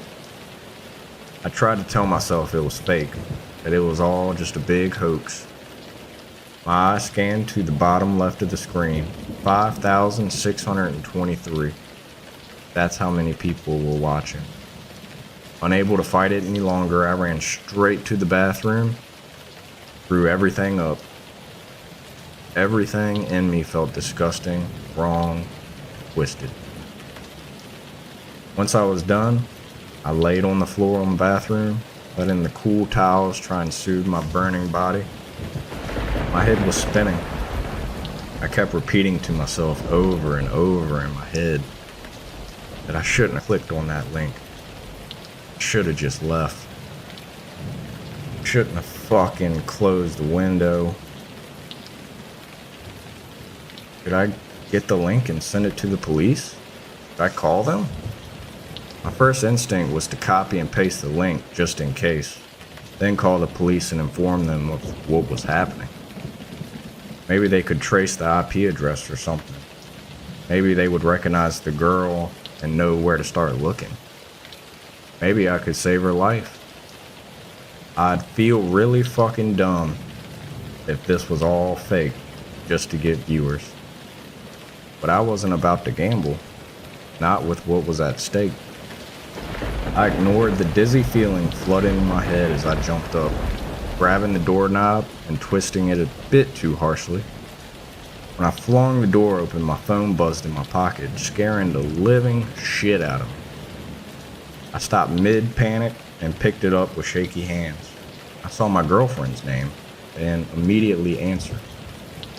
My voice was a complete wreck, my eyes finding the screen where the girl shrunk down to the ground. The sound of her cries bouncing around the room, making my body feel rigid. I had nothing left to throw up, but I still felt so sick. Madeline, you're not gonna believe what I just fucking saw. What? You? Are you okay? Have you been crying? No, I'm not okay, I answered, averting my eyes from the screen. I know you said to stay away from the deep web, but are you kidding me? Her voice went from caring to mad in a split second. I told you to stay away from that place. You never listen to me. You never fucking do. There's a girl, I said weakly. She's trapped in some sort of basement or something. Her mouth is like sewn shut. There's blood all over her face and hands. I don't know what to do, Madeline. The woman's cries got louder, more desperate but muffled. I'm so sorry. Close it out, clear your history, and never go back there again. I'm not kidding. But should I call? No. Her voice was stern now. You don't know if this is bullshit. It's probably staged to gain disgusting viewers, apparently like yourself. People do it all the time. That's why I said it'd be best if you stayed away from there. You could get yourself into a lot of trouble. I didn't say anything. Wordless. Walking back over to my desk, my hand shook as I raised my mouse to small X once again. My eyes watched the number of viewers slowly tick higher and higher. Before I closed the window, I felt even worse than before. We can file a report tomorrow, just in case. But for now, go to sleep and stay the fuck away. Can't believe I even went on there in the first place. I didn't have the energy to argue with her. Guilt plagued my whole body, drowning me. It was all I could feel. I told her good night and that I was sorry and that I loved her before I hung up and made my way to the couch. Or try and sleep. It didn't feel right even being in my bedroom or anywhere near my computer. Not while that girl was still trapped, unable to scream for help, unable to talk at all. I know it could be fake, but was that really a risk I was willing to take? I looked up some Google searches over what was fake on the deep web and read multiple stories about staged webcam videos, which made me feel a little bit better. Didn't make the sick, guilty feeling go away though. It's safe to say that I didn't get much sleep. Every time I closed my eyes or even began to drift off, I would see the woman's face. The thread laced into her lips, the blood stained on her mouth. her fingers, the floor. I continued to grow more and more anxious and uneasy, deciding that maybe getting out of the house, heading over to my local CVS, picking up some melatonin might help. I threw my blanket off, slid on my shoes, and grabbed my keys and wallet from the nightstand. The cool air felt amazing and did wonders to calm the whirlwind of thoughts in my head. I went to check the time, realizing I'd left my phone at home. Not a huge deal. The store is only a few minutes away from my house. I ended up buying melatonin and a stronger sleeping pill just in case those didn't work. I also got a pack of bottled water to help rehydrate after I vomited all night last night. By the time I got home, I felt much, much better, which lasted about 3 seconds before I noticed that my front door was wide open. Now, I may have been in a state of shock and panic, but I never leave my front door open or even unlocked. My heart immediately began to race. I got out the car, closing the door quietly, and unlocking my trunk, grabbing the crowbar that I kept in there. "Who's there?" I yelled into the house, waiting for any noise. Who is in here? My own voice was shaking and weak. I was met with complete silence, keeping the crowbar up and ready to strike. I walked to the couch and felt for my phone. As soon as I found it, I hit the emergency button, waited until I got a hold of a 911 operator, letting her know what I think my house was just broken into. She told me police are on the way. After checking around the house for anything odd, I decided to give my girlfriend a call, letting her know what had just happened. The phone rang, and then rang some more. After getting her voicemail, I hung up, knowing that she'd probably be asleep this late at night. I waited for about 20 or so minutes for the police to show up, and walking around with them like a scared puppy as they checked every room.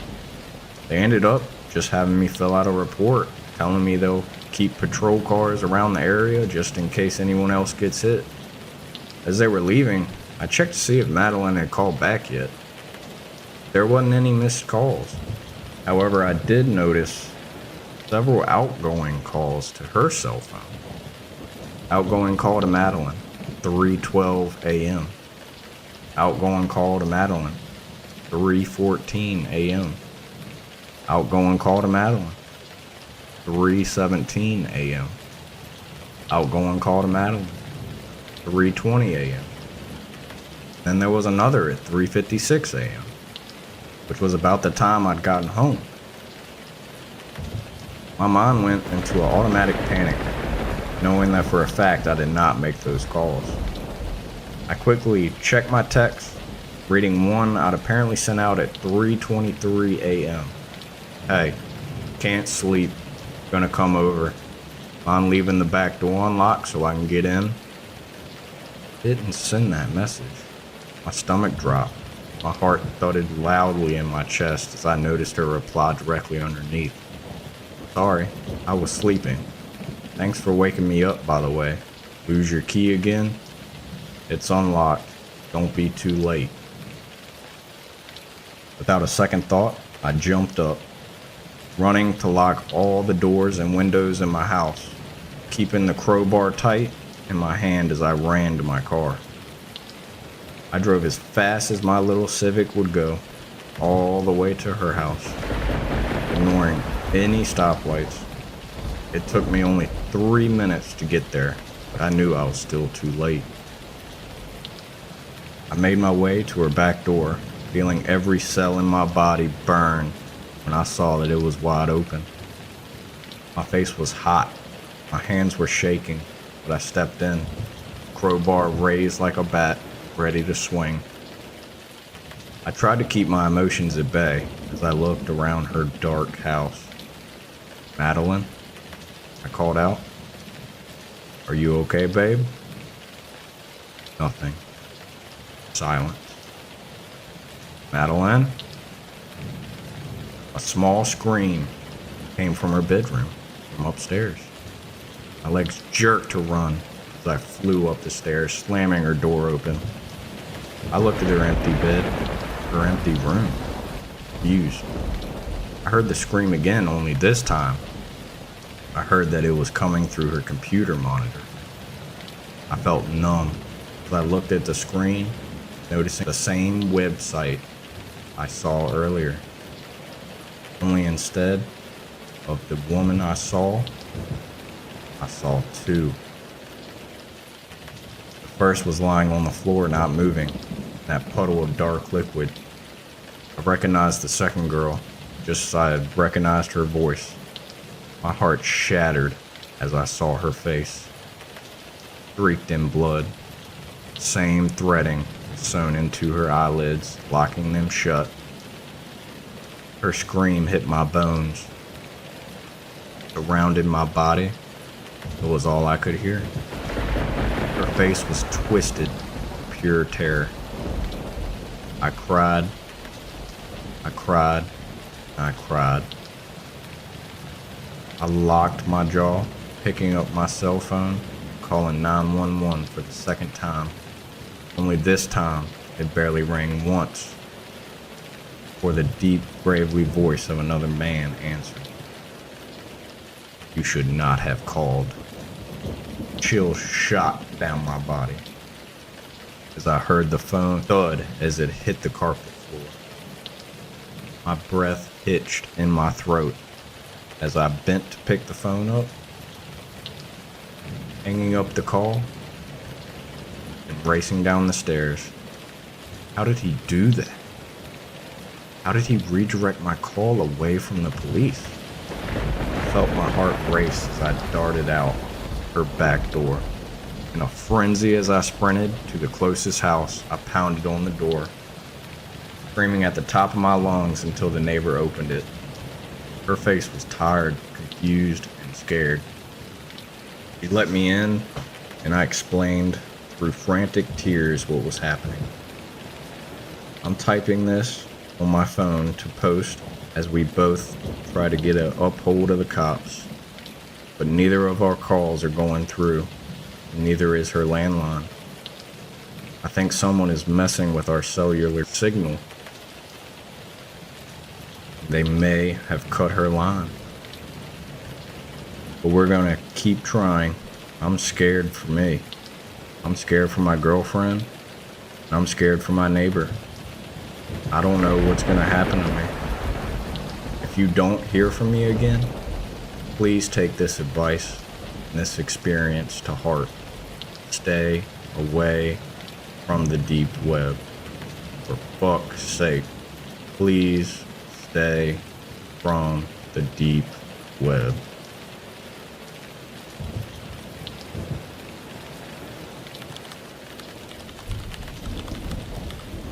I'm posting this here because the dream I had last night sounds like something out of a horror movie. It was like a nightmare of the devil. Last night, I had a nightmare. I don't remember all of it, but I can remember some things clearly that I don't want to. It's kind of scaring me. I dreamt I was in a house with a family I've never seen before. I was the oldest brother. Something happened, and I can't remember all the details, but I can remember that the floor was broken, and I could see down into the basement. There was a massive cage down there, and it was what looked like some guy. He didn't have half of his body. He was just a torso. I think he was the devil because in my dream, he used some sort of magic to pull my dream brother down into the basement and right on top of the cage. Once my brother hit the top of the cage, the man transformed into some sort of half man, half woman thing, and half I don't even want to know. He ate my dream brother whole. The last thing that I remember was him screaming, "No, please!" Then seeing that flat sack inflate, and I watched as he was disintegrated by that creature's gastric juices. But he didn't die. Every time he disintegrated, he would be remade, wholly inside, and would then disintegrate again in a non-stop cycle of being consumed. What the heck did I do to deserve a dream like this?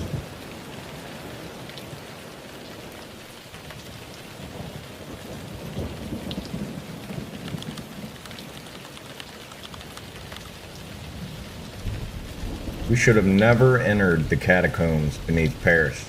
The air was thick with the scent of decay, and the narrow stone corridors echoed with the drip, drip, drip of ancient water. But the curiosity has a way of leading fools to their doom, doesn't it? I still remember the moment the dust stirred as we uncovered the spores. Mold that had waited forever for fresh lungs. It was Bastion first who coughed, a dry, hacking sound that bounced eerily off the walls. Then one by one, we all followed, gasping, choking, unable to stop the invisible tendrils from winding their way into our systems. At first, it was the memories. They slipped into my mind so gently that I mistook them for my own. I remembered places I've never been, saw through eyes that weren't mine. I was inside my friends' minds, experiencing their joys, their fears, the intimate moments of their lives. The shock was gut-wrenching. Then came the pain. It wasn't mine, no. It was Elodie's. Her migraine, a crushing vice around the skull, shared generously among us. It was then we realized what had happened. The spores had bound us together, not just in memory, but in body and soul. The escape from those cursed tunnels was a nightmare. Every scrape and fall was felt by all. When Matthew twisted his ankle, the shared agony almost brought us to our knees. But the worst was the fear, multiplied by 4. A looping feedback that grew with each shadow and echo in that god-forsaken labyrinth. Getting out into the open air didn't help as we'd hoped. The connection didn't fade as we prayed it would. Instead, it solidified, deepened. We became unable to function alone. We moved together, ate together, slept together. Individuality was slipping away, a sandcastle at high tide. Then the thoughts weren't just shared, they were merged. All of our voices in a single choir, growing louder, drowning out who we used to be. I could feel myself fading, becoming just another voice in the chorus, fighting to remember my own name. The breaking point came when we couldn't stand the sounds of our own thoughts anymore.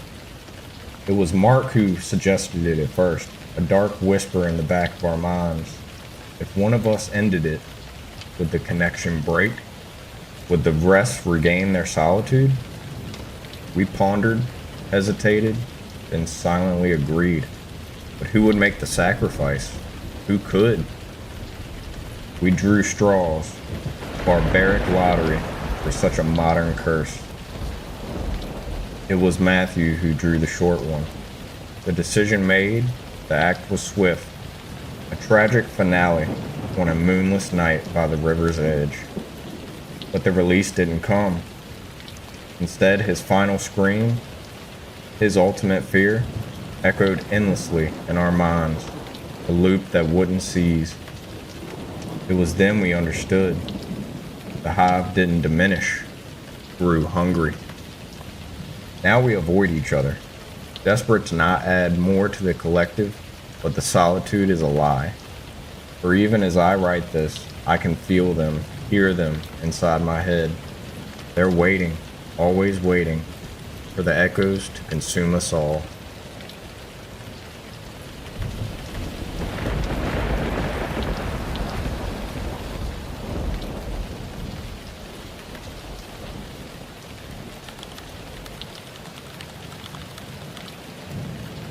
My mind was plagued with the thoughts of my wife's infidelities as I barreled down the dark country road in my truck.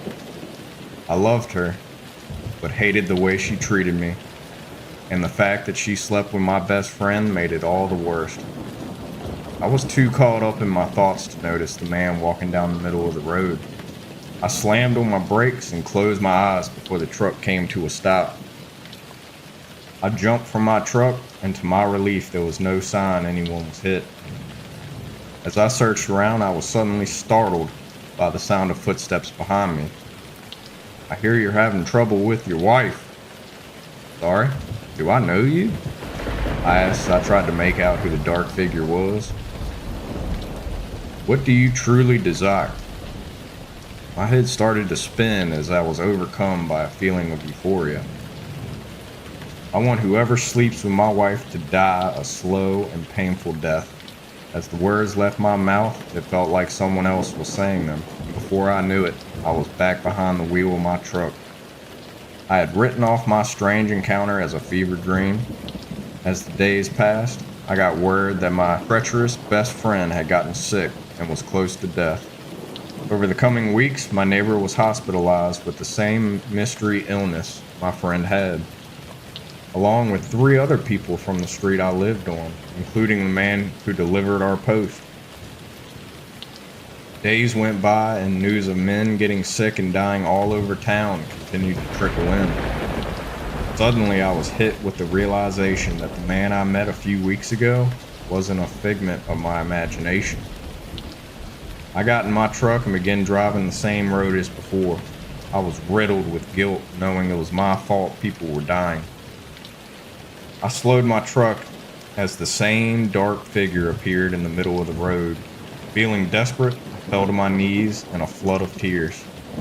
"Please, I beg you, whatever you have done, you need to take it back.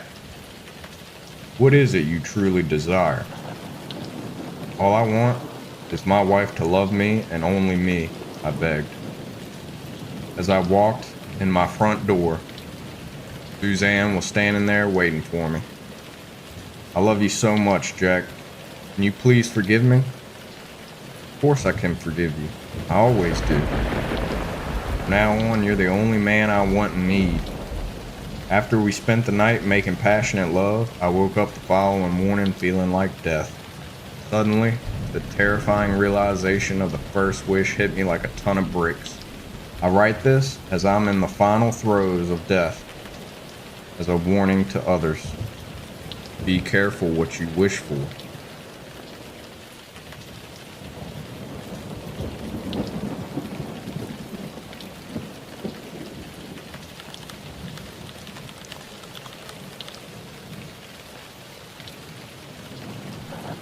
I never considered myself superstitious, but my perspective changed last week. I recently moved into a small old apartment in a quiet part of town. The building had a certain charm with its creaky floors and antique fixtures, and the rent was too good to pass up. Everything was fine until I found the diary. It was tucked away in a hidden compartment beneath a loose floorboard in the bedroom. The leather cover was worn, and all the pages were yellowed with age. Curious, I started to read. The diary belonged to a woman named Elisa, who had lived in the apartment in the 1920s.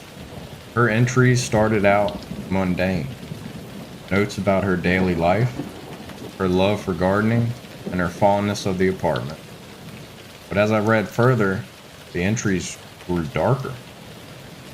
Elisa wrote about strange occurrences, objects moving on their own, whispers in the night, and a reoccurring nightmare about a shadowy figure standing at the foot of the bed.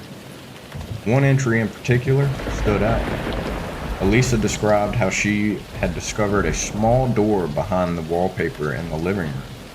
She claimed that when she opened it, she found a narrow, pitch-black corridor that seemed to go on forever. She wrote about her hearing whispers, urging her to come inside, but she always closed the door before she would follow. I was both intrigued and unnerved. I decided to see if the door was still there. It took me a while, but I eventually found a faint outline behind the wallpaper, just as Elisa has described. My heart raced as I peeled back the wallpaper, revealing a small wooden door. With a deep breath, I opened it. The corridor beyond was exactly as Elisa had written, narrow and impossibly dark. I grabbed a flashlight and stepped inside, the beam barely cutting through the thick darkness. The whispers began almost immediately, faint and distant at first, but growing louder with each step I took. The corridor twisted and turned, seemingly without an end. I lost track of time and distance. The air grew colder, and the whispers more urgent. I was about to turn back when I saw faint light up ahead. I quickened my pace, desperate to find the source. The corridor opened into a small, dimly lit room. In the center was a single flickering candle, and beside it a mirror. The whispers stopped abruptly, replaced by a heavy silence. I approached the mirror and saw my reflection, or at least I thought it was my reflection. The figure in the mirror looked like me, but there was something wrong. Its eyes were hollow, and its mouth twisted into a sinister smile. Before I could react, the figure stepped out of the mirror and into the room. I turned and ran, the cold air biting at my skin and the sound of footsteps echoing behind me. I didn't stop until I was back in my apartment, slamming the door shut and collapsing on the floor.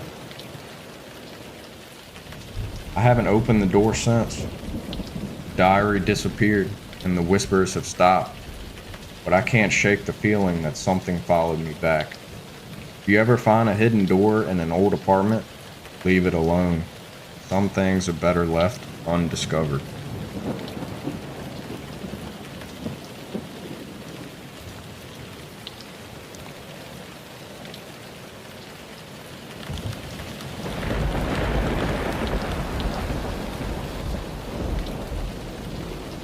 I never believed in urban legends, but this one got me.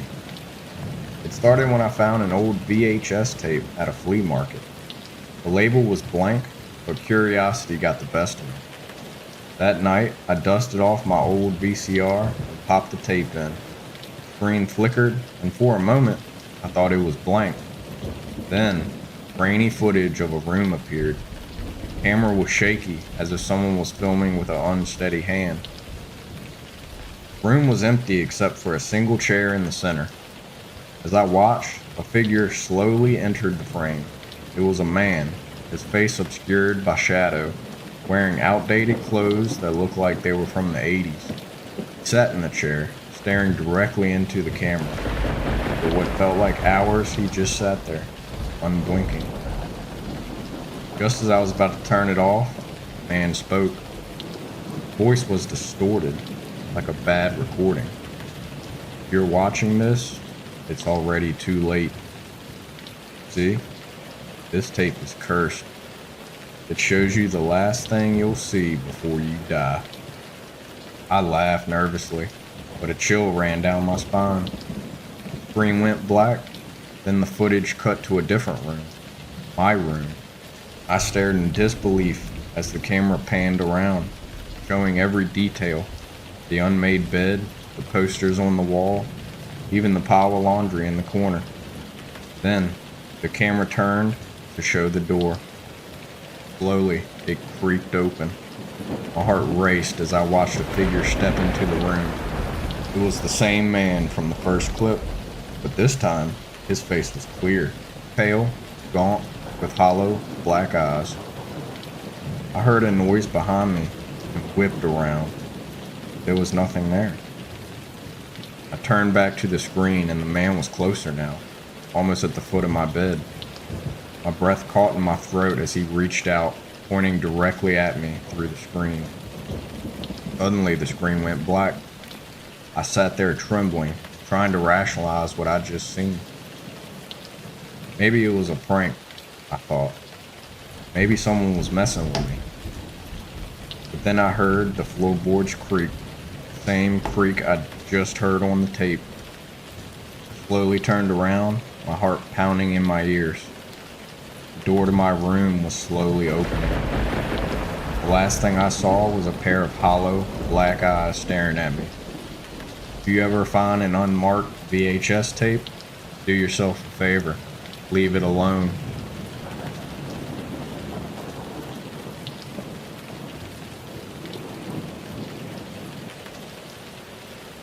My brother disappeared into the dark web. When my brother Noel went missing last year, the police were of little help. They told us not to worry, that it was far more difficult to disappear than it was made to look on TV or in the movies. Most people turn up on their own after a while, and their families find out or pretend to find out that the missing person's life was a little less respectable than they had claimed. A little bit darker and more mysterious. Some people live two lives, and nobody knows it but them. I did my own research and found this was true. According to statistics, the chance of abduction by a stranger was less probable than being struck by lightning. You were much more likely to be kidnapped by someone you knew, and far more likely still to not be kidnapped at all. But despite their vague occurrences and unfounded assumptions, Noel never did come back. The weeks and months went by and there was no word. It seemed like the police had given up or forgotten about him. Digging through his belongings, I tried desperately to find something that would give me a clue to his whereabouts. His computer was the best bet, I figured, since it was where he spent the majority of his time. Noel had worked as a database specialist for a big company named Proteon, and despite the fact that he had explained what he did to me a number of times, I never could properly figure it out. If people asked, I told them that he was a computer programmer, since that was at least something most people could understand. He was an expert at assembling and troubleshooting computers, since my dad had owned a PC repair business when we were kids, and Noel had taken quickly to technology as a child. He was building machines for my dad's customers in his spare time when he was still in his teens. Later, he went to college for computer sciences and only became more proficient over the years. Lately, he'd been experimenting with app designing in his spare time and had gotten pretty good at it. He had told me he was working on one app in particular that was extremely different from anything else in the market. I hoped the other programmer that he'd been working with would know something, but I tracked him down and that resulted in a dead end as well. Upon meeting the guy, I found he was particular, disheveled-looking Satanist who refused to make eye contact with me and offered no useful information. He told me Noel had been of great help in this project, but said the rest was top secret. I went home defeated once again. Noel's old computer was set up on my desk, so I turned it on and sat down, resolved to do some more digging. I logged into his email. Luckily, Google had saved all his passwords, so I didn't need to figure them out through impossible guesswork. Searching through his old emails, I had found a lot of junk mail. There was correspondence with work and family and a few friends, but nothing that gave me any clue as to where he might be. If anything, they painted the picture of someone living an ordinary life, making plans for the future with no indication of wanting to disappear. His phone had been left behind too, and I went through that as well, looking for anything strange that stood out. But there was nothing. I sat there at my desk with the mouse in my hand for days and then weeks, looking for something, anything of use.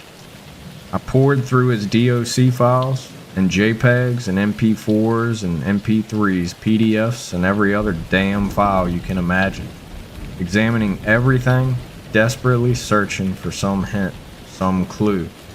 Everything turned out to be a dead end. Of course, I called the police frequently as well, but they were of no help and eventually went so far as to tell me to stop calling, saying they would update me if they found anything. I had cursed at them furiously and hung up. That had been the end of that. I went back on his computer one night to dig through some more file folders, and I noticed something that my eyes had scanned over in the past. An icon in the sea of icons that lived on the busy and disorganized desktop. It looked a bit like a purple onion with a slice cut out of it. I clicked on it. A dialog box with a loading bar appeared briefly. Then a purple window opened up that looked like a browser. I then realized exactly what it was. Tor browser, it said at the top. I knew little about these things, but understood that this was an untraceable way to use the internet, since it encrypted everything being done online. Thinking back, I remembered Noel talking about using Tor. He said it was much safer and couldn't be traced, but why would he care about being traced? I thought at the time. Maybe there was a good reason after all. Suddenly my cell phone chimed and I went over to it quickly and looked at the message. It was a URL. Another text came through. This one was a typed message from someone. Enter the URL on Tor. Another ding. Another message. Tell no one about this. If you contact anybody, I'm gone. I'm your only chance at finding him. I looked at Noel's computer. That's when I noticed the little lens at the top of his monitor that was the built-in webcam. The red light was on next to it, indicating it was recording. Someone was watching me, and they could see what I was doing on the computer as well. I was sure of it. I texted back, "Doing it now." After typing in the URL exactly as instructed, the screen turned into a login for a website of some kind. I received another text. Password is his favorite movie. You have 2 minutes. I didn't need 2 minutes for that at least, since I knew it was Fight Club, as it had been since that movie had been released. My hands were shaking as I typed the password into the box. I was beginning to feel very concerned, but also a bit hopeful at this sudden turn of events. A chat window opened up, and a message promptly appeared from someone named Shadowcat. Shadowcat, you're his brother, I take it? I typed back a response quickly, afraid of losing whoever this was. It felt like they could disappear at any second, back into the ether, and I would never find them again. Mark? Yes. Do you know where he is? Shadowcat. Yes. I was a little confused as to why my name was appearing in the chat window as Mark, since that wasn't my name and I never had entered any identifiers. Was that an alias that Noel used online, I wondered? Mark, is he okay? I took a deep breath waiting for the answer. Shadowcat, more or less. Mark, what do you want? Shadowcat, you'll find out soon enough.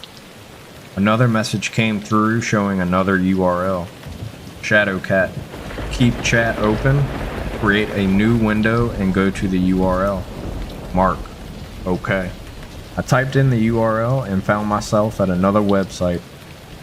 It was a bit like eBay, except instead of selling old records and jewelry, people were selling guns, explosives, drugs, and some very disturbing categories of pornography. Mark, what the hell is this? Shadowcat, never mind your questions for now. Do what I say, or he dies. Suddenly, an image appeared, replacing the chat window. It showed my brother Noel chained to a wall in a stress position. He was blindfolded and gagged, but I could hear his muffled screams for help. My hands were shaking nearly uncontrollably now, and I had to type and retype my reply several times before it made any sense. Mark, how do I know you'll give him back? Shadowcat, trust me or don't, the choice is yours. If you refuse, he dies. If you do what I say, I will give him back to you unharmed. It seemed like there was no other option. I felt trapped and hopeless, depressed in the situation I had found myself in. If I called the police, he would see me do it on the webcam. If I said no, he would kill Noel. Shadowcat, you have 10 seconds to decide. A countdown began on the screen. 10, 9, 8, 7, 6, 5, 4. Mark, okay. Shadowcat, Good. Here is your shopping list. Get everything on it. A long list of items was included next, and my eyes widened further as I read through it. Mark, what the hell is this for? What are you planning to do? The chat window closed suddenly, and I was left alone in my living room, my heart beating fast and hard in my chest. Only the other website remained now. The one with the black market guns and explosives and everything else illegal that you could have delivered to your doorstep. I debated calling the police again, telling them these new developments, or even going to the police station. But what if the kidnapper found out? He obviously had ways to spy on me. Probably you'll say I'm an idiot for what I did next, but I really wanted to get my brother back.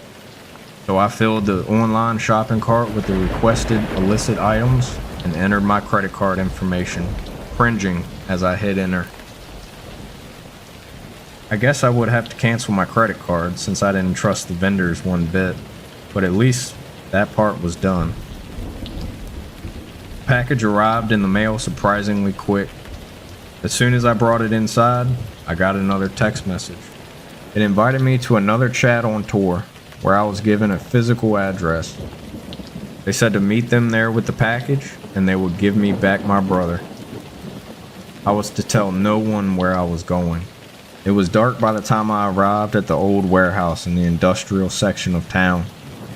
The place was abandoned, and there were no lights to illuminate the parking lot as I pulled in. My truck had some cargo in it that would surely get me a couple decades in prison, if not more. Terrified, I still sat in my car, gripping the steering wheel tightly with both hands despite the car being turned off. I had no idea what was going to happen next. My cell phone chimed and I nearly jumped out of my skin. It was a text message. Come inside through the east door. I did a bit of quick geography to determine which way I was facing and decided that the door I was looking at, right in front of me. Taking a deep breath, I got out of the car.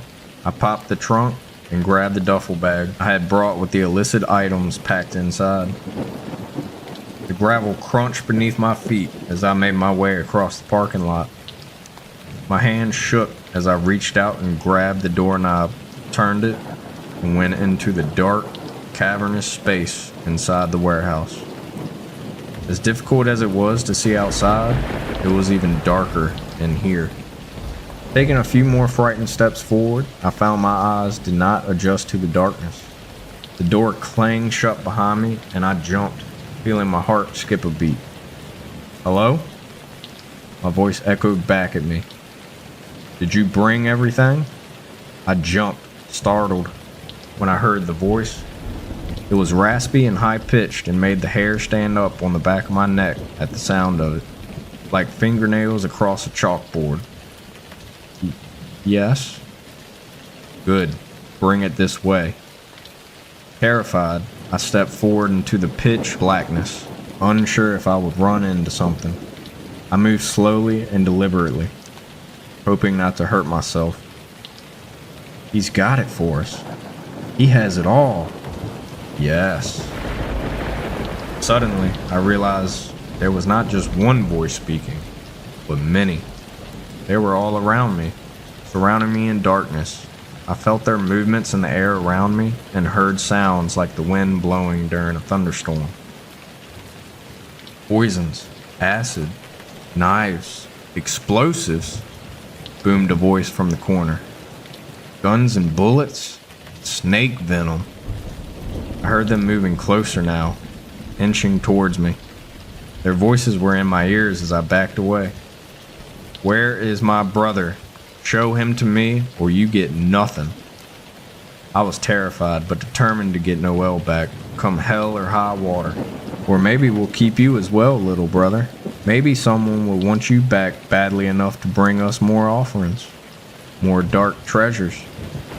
I could feel them very close now, could hear their breathing and feel their proximity to me, causing my skin to break out in goosebumps.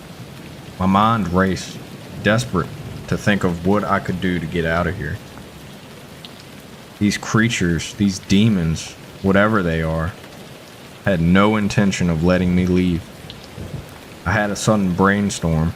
I reached into my pocket and pulled out my cell phone. Quickly, I hit the button for the flashlight.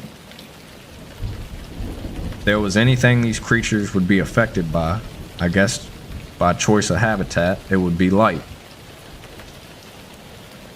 These demons are born of darkness, my lizard brain whispered. They are not accustomed to anything but blackness. White light cut through the darkness like a knife.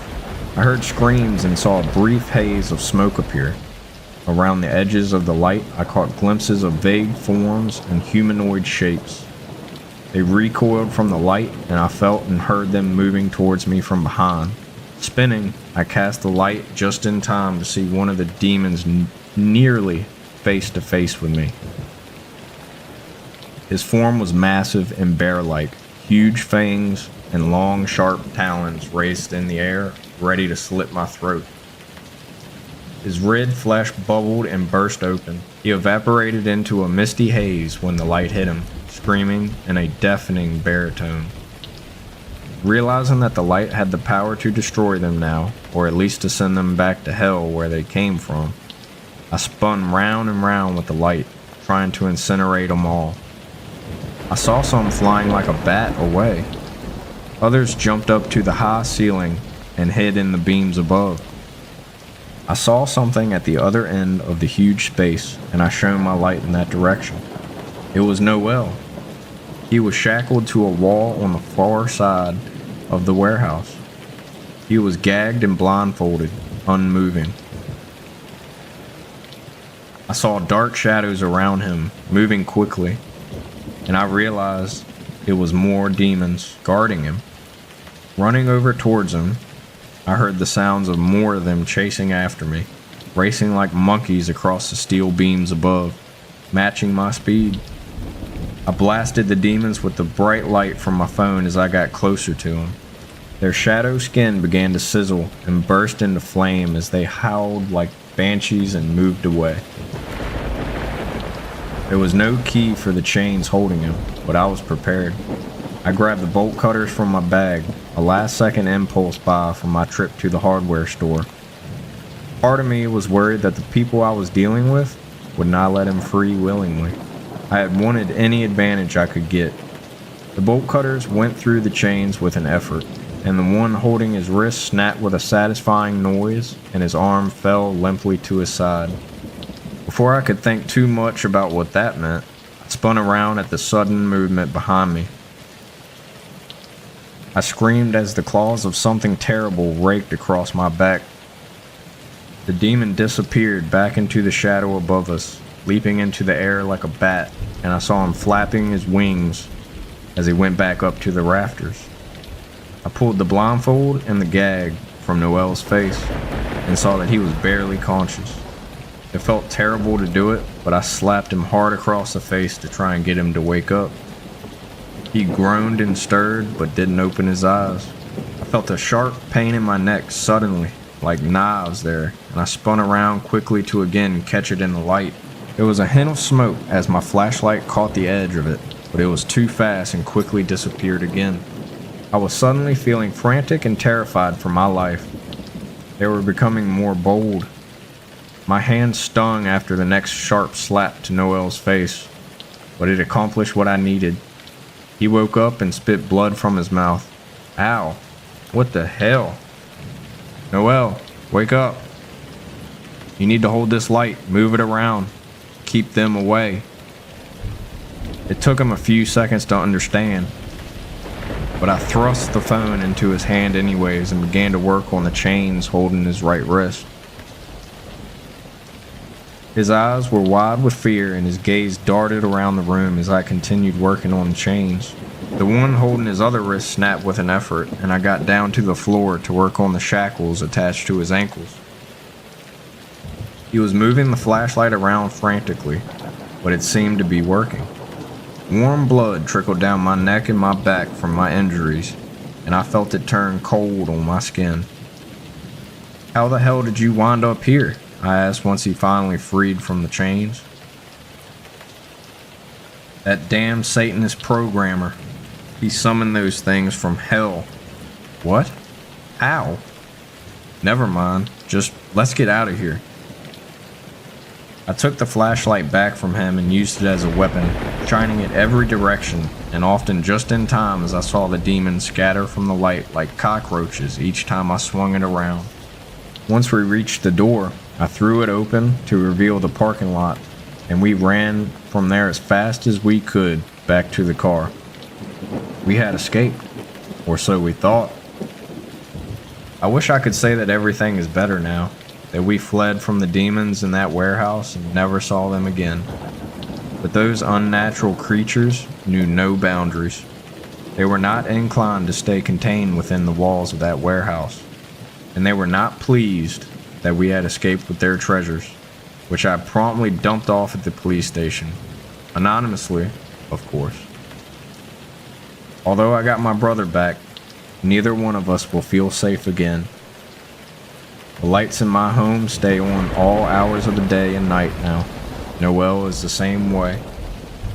I sleep during the day and surround myself with lights at night, terrified until the sun comes up again. What am I afraid of, you ask? A blackout, a blown fuse, a burnt-out light bulb. And they happen more and more lately. Always, I see them in the shadows, waiting, watching, patient, waiting for their chance, for the darkness to fall.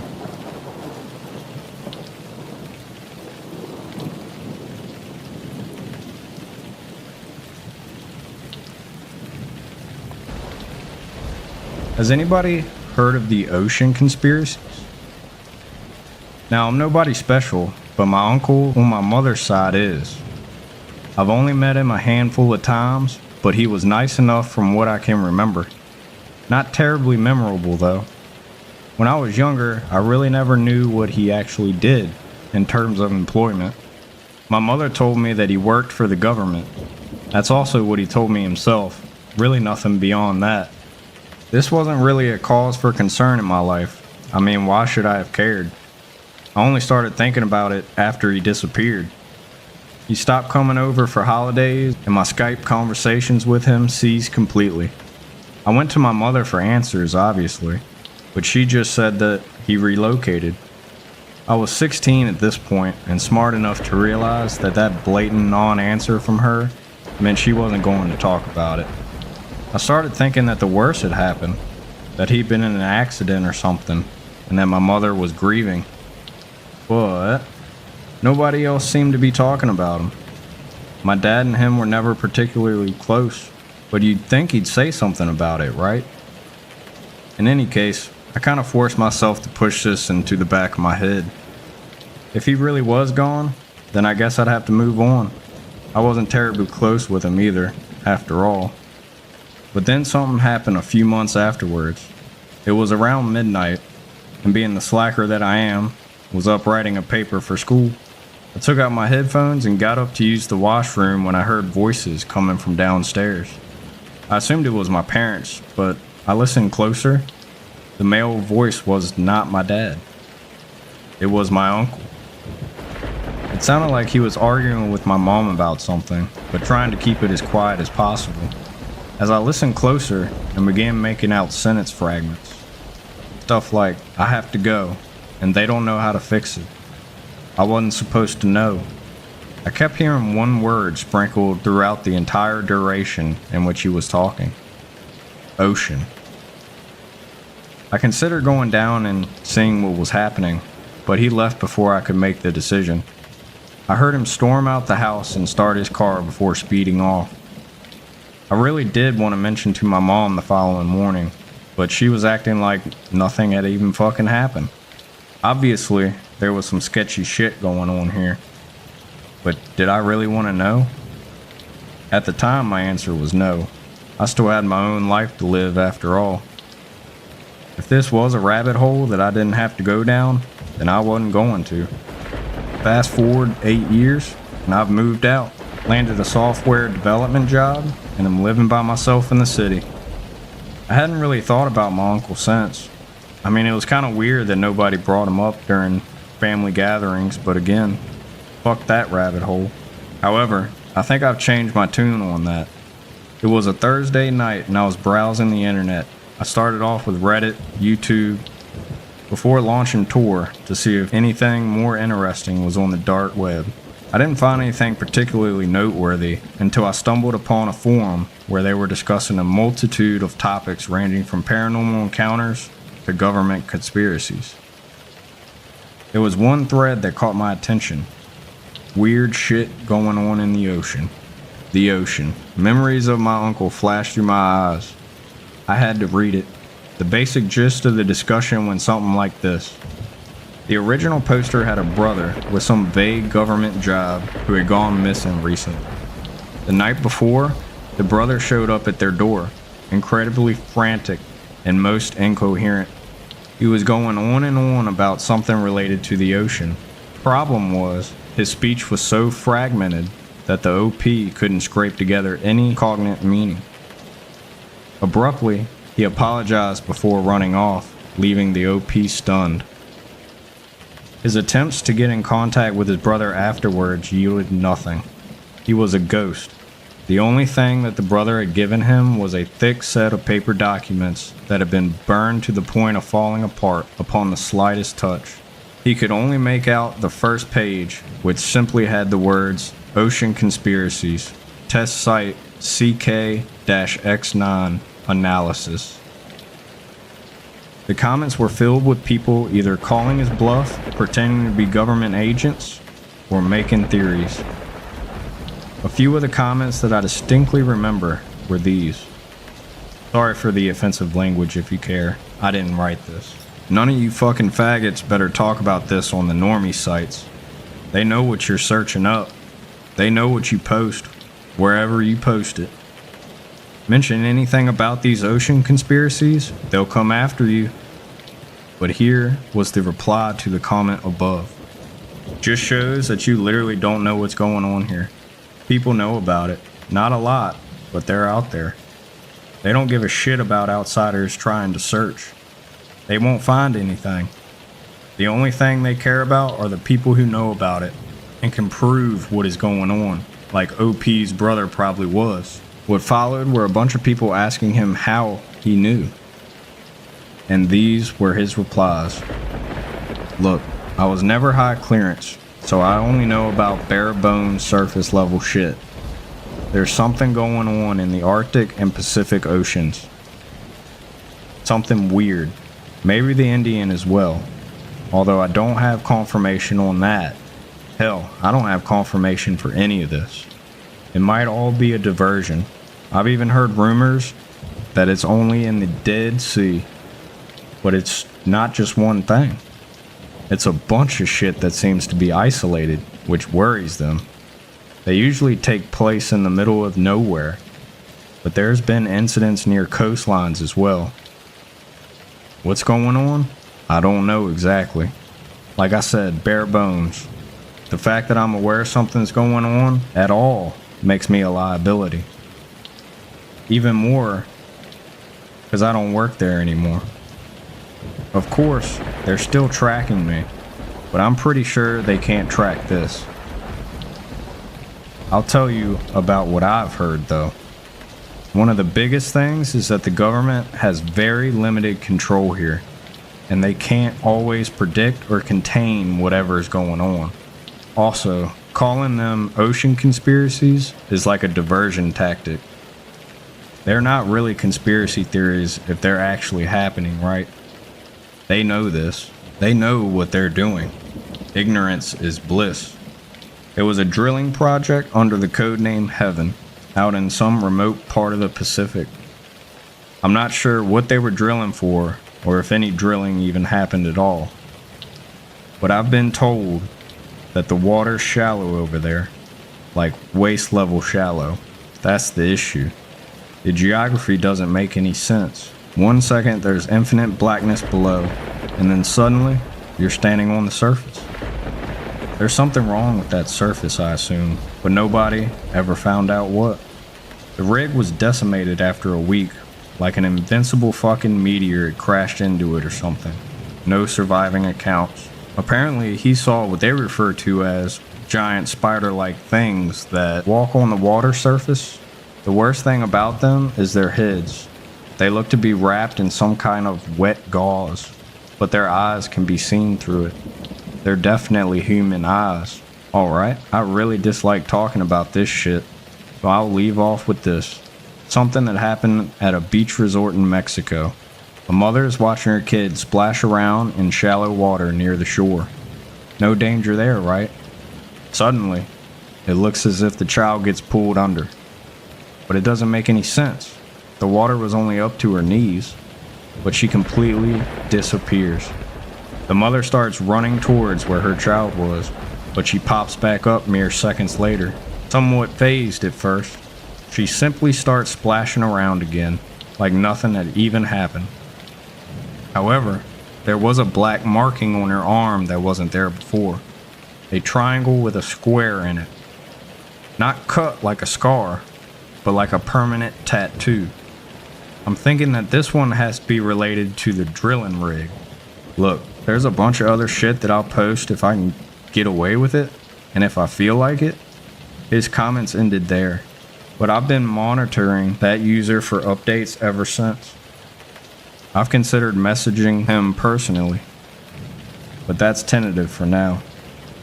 Not until I can get a better sense of what's going on here. Obviously, the OP story about his brother kind of creeped me out, eerily resembling what happened with me and my uncle. I've been thinking about it some more. After he ran away, we did get a lot of his friends coming by. Almost always while I was home alone. I'm also not sure if I've been seeing indistinct men in suits at a higher rate than I should be. There's also this guy at my office who's been trying to hang out with me after work. But I've stared at his screen before. He's just typing gibberish. Maybe I've been in this rabbit hole for longer than I've known. What did my uncle do? What's going on in the ocean?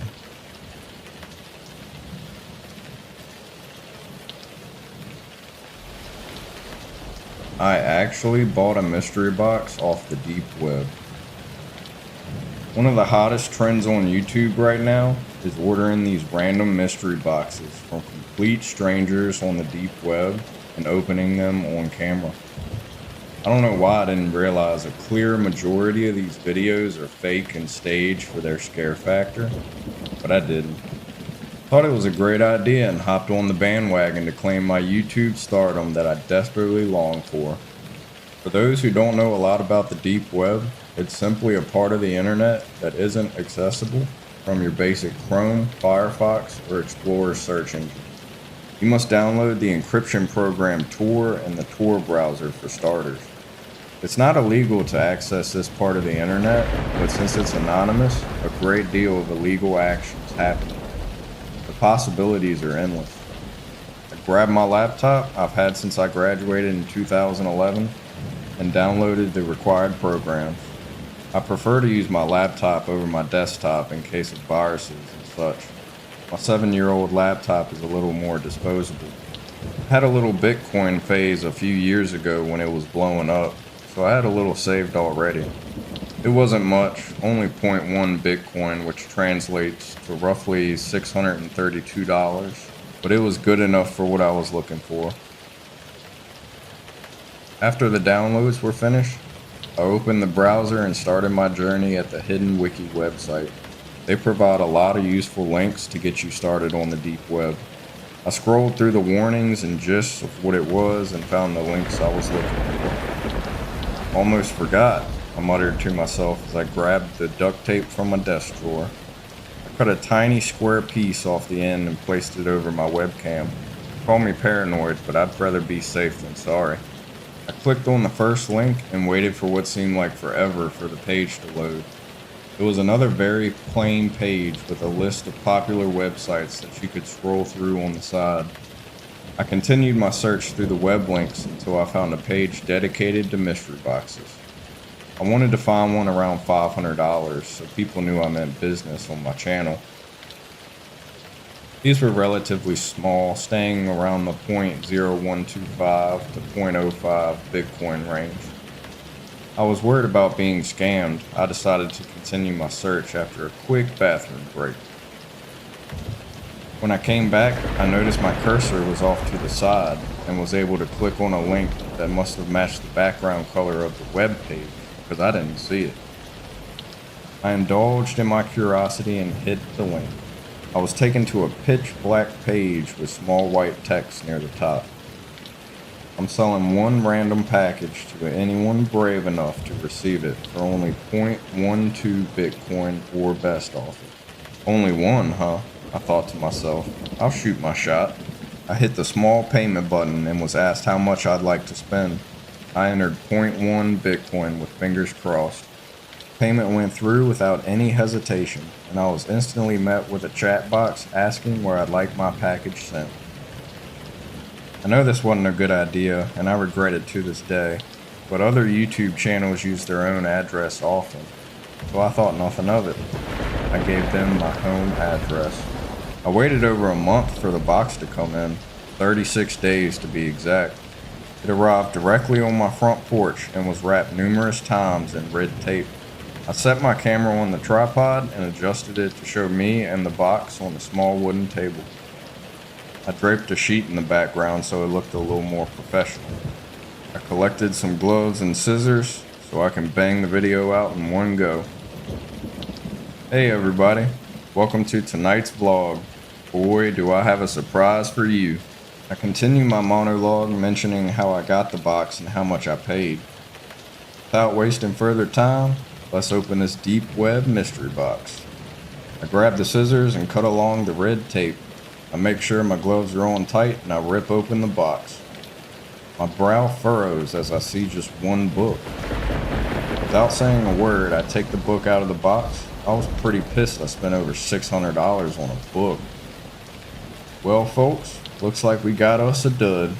These pages better be made of gold.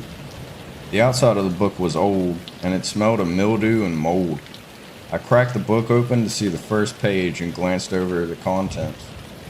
It's a photo album. Smells of old rot. Let's look at these pictures. I show the camera a view of the page contents. It has 4 pictures on the first page, all labeled by days.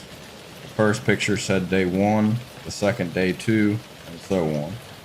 The pictures were taken with an old Polaroid camera. There were pictures of airplanes, random suitcases, a couple of taxis, and some pretty shady motels. Looks like someone's old travel photos.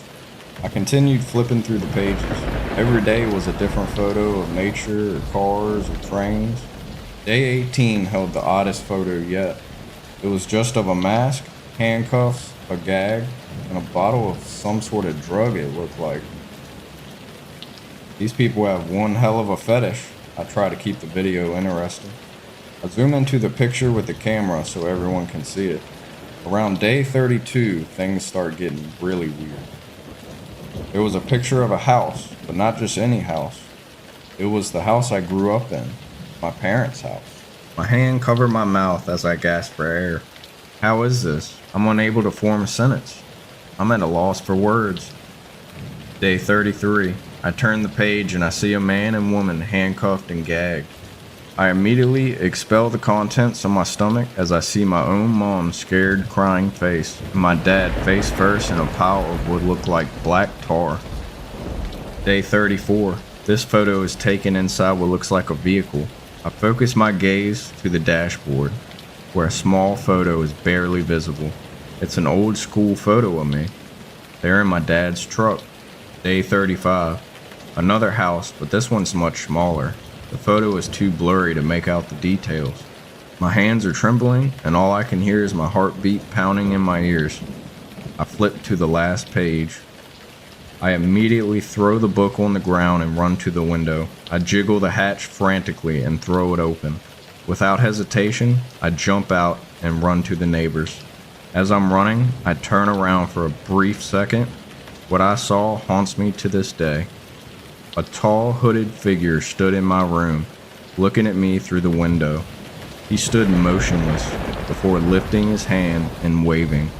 I screamed for my neighbor, who hurried me inside and called the cops. I sat and just cried. I cried out of fear for my life. I cried for my parents. I cried because it was all my fault. My lack of common sense got my parents killed, and I will have to live with that forever.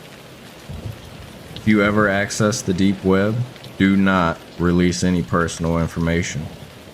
Even if people on YouTube do it, most of it's not real. And always check your boxes. It would have saved me a lot of trouble if I would have noticed the box I received had no tracking sticker on it. It was hand delivered.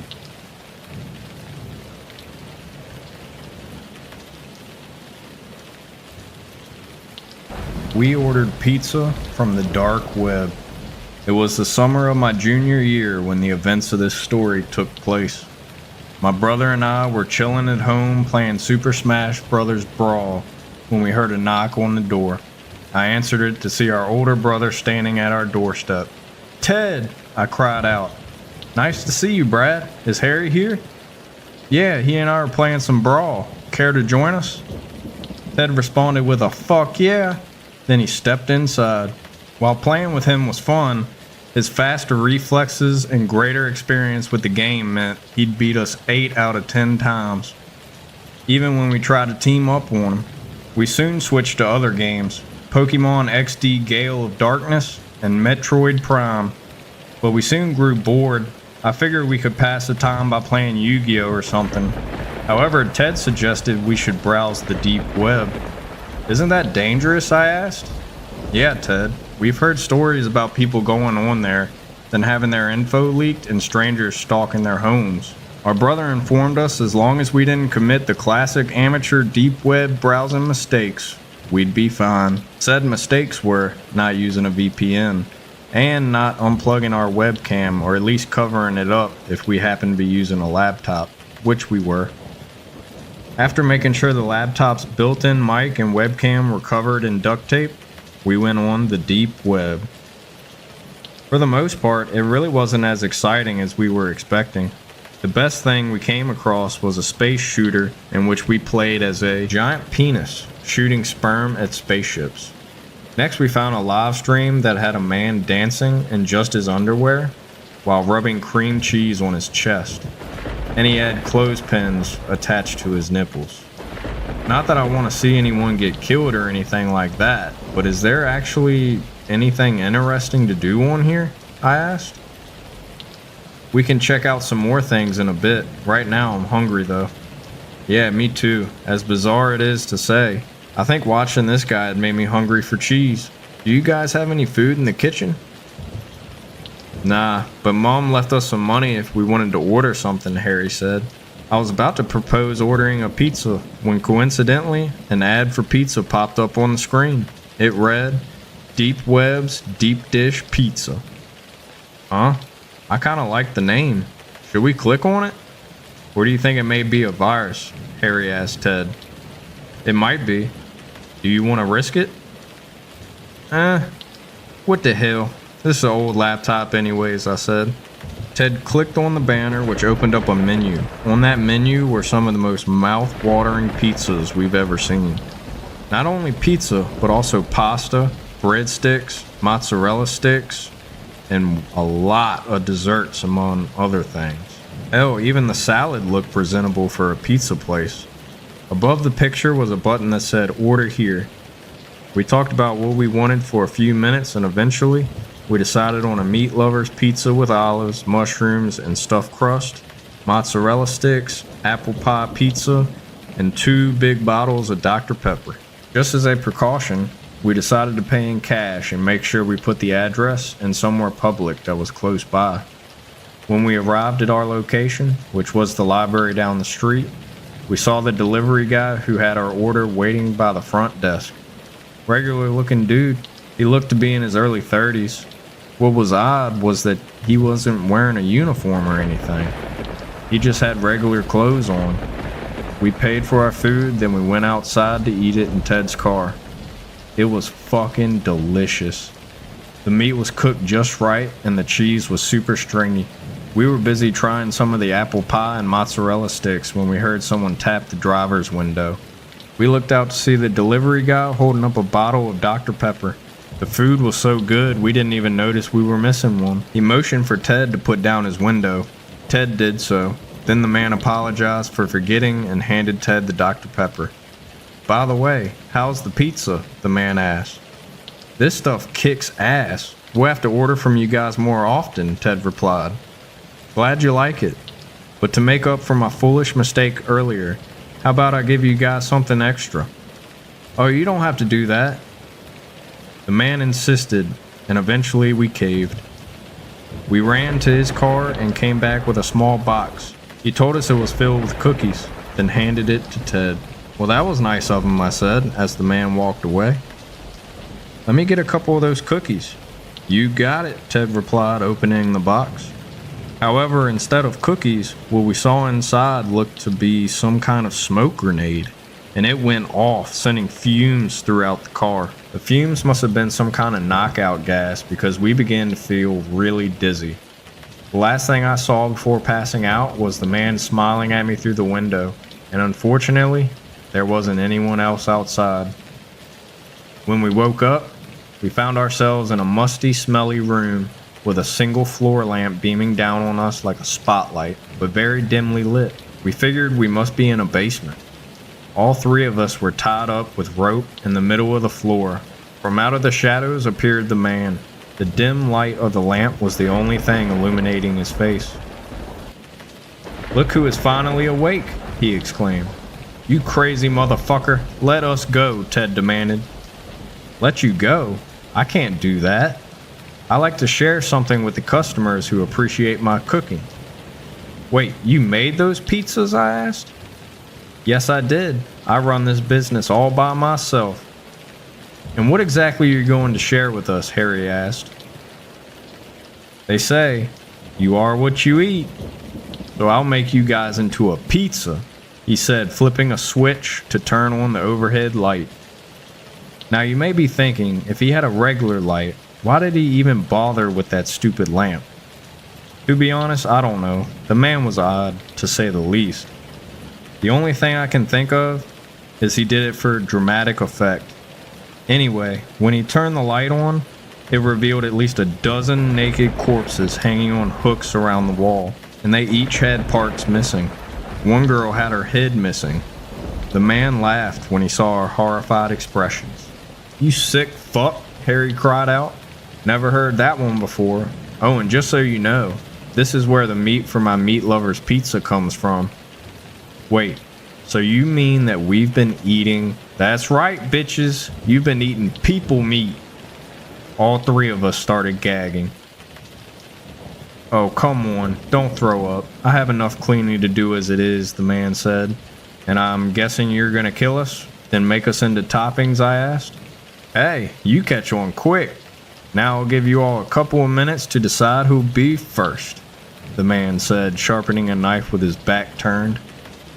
I looked over to see what my brothers were doing. It turned out Harry and Ted had found 2 shards of glass that the man must have forgotten to pick up, and they were trying to cut away their ropes with it. They both gave me a look, so I knew that I had to be the one to distract him.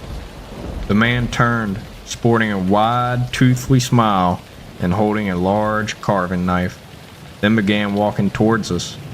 Luckily, he couldn't see what my brothers were doing from where he was. "Wait," I said, sitting up. "What is it?" he asked, with a hint of annoyance in his voice. "I was just wondering how one gets to be a cannibalistic pizza maker." "Are you stalling?" "No, I just figured someone with such an interesting occupation must have an interesting background." "Well, it's not like anyone will be able to find us out here, I suppose. I can summarize to you guys what my life has been like." We all made sure to look at him and pretend to seem interested. "See, I grew up in a middle child of 4 brothers and 5 sisters. Everyone in my family had a natural cooking ability. That is, except for me.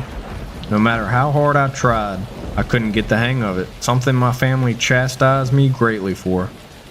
So when I was 16, I did the only rational thing I could think of. I drugged my entire family, cut off parts of their flesh, then baked my first pizza using the meat. And let me tell you, it was a damn good pizza. I even made my family eat it, but they threw it up. I could tell they liked the taste of it though. And so did you guys. Did you kill your family? Oh, of course. And I burned all the evidence. After that, I drifted for a while, setting up my business in different places. Before I came here, I admit running things was difficult. It wasn't easy getting victims. That is until I stumbled across this deep web stuff. I must say it's very convenient and a great way for me to run things. Now, have you decided who will be first yet? Because if not, I'll decide for you. Actually, we have, I said, feeling two sharp objects poke my palm. Who will it be then? Shards. The man gave me a confused look. That quickly turned to surprise when Harry and Ted sat up. As I laid on my side, before the man could react, they threw the shards of glass at him. One went right into his throat and the other in the face, cutting a gash right next to his eye. He staggered back, gasping as his temple and neck bled. My brothers quickly pulled off the rest of their ropes, then Ted charged the man, while Harry untied my rope. Once I was free, we joined Ted in kicking the shit out of that dude. It turned into a good old-fashioned brotherly ass whooping. I mean, we went to town on this guy. We kicked him in the ribs for a few minutes. Then we took turns stomping on his crotch. We even did that thing where Harry got him up and held him with his arms behind his back, and Ted and I took turns gut punching him over and over until he went limp to the floor, gasping for air. As much fun as it was beating the crap out of that asshole, Harry eventually went upstairs and found a phone in the house and called the police. When they arrived, you could tell some of them were freaked out by how crazy the scene looked. A couple of detectives took our statements, while some uniformed officers wearing latex gloves started bagging evidence. 2 more officers arrested the man, noting he was lucky that one shard of glass didn't go any deeper into his neck. After the detectives got all the information they needed from us, another officer then gave us a ride back to the library. You know, throughout the questioning, there was one thing we all 3 forgot to mention. We still had some of that pizza left over in Ted's car. And I know we should have turned it into the police, but as crazy as that guy was, he was right about one thing. That pizza was damn good. And my brothers and I figured, why let good food go to waste?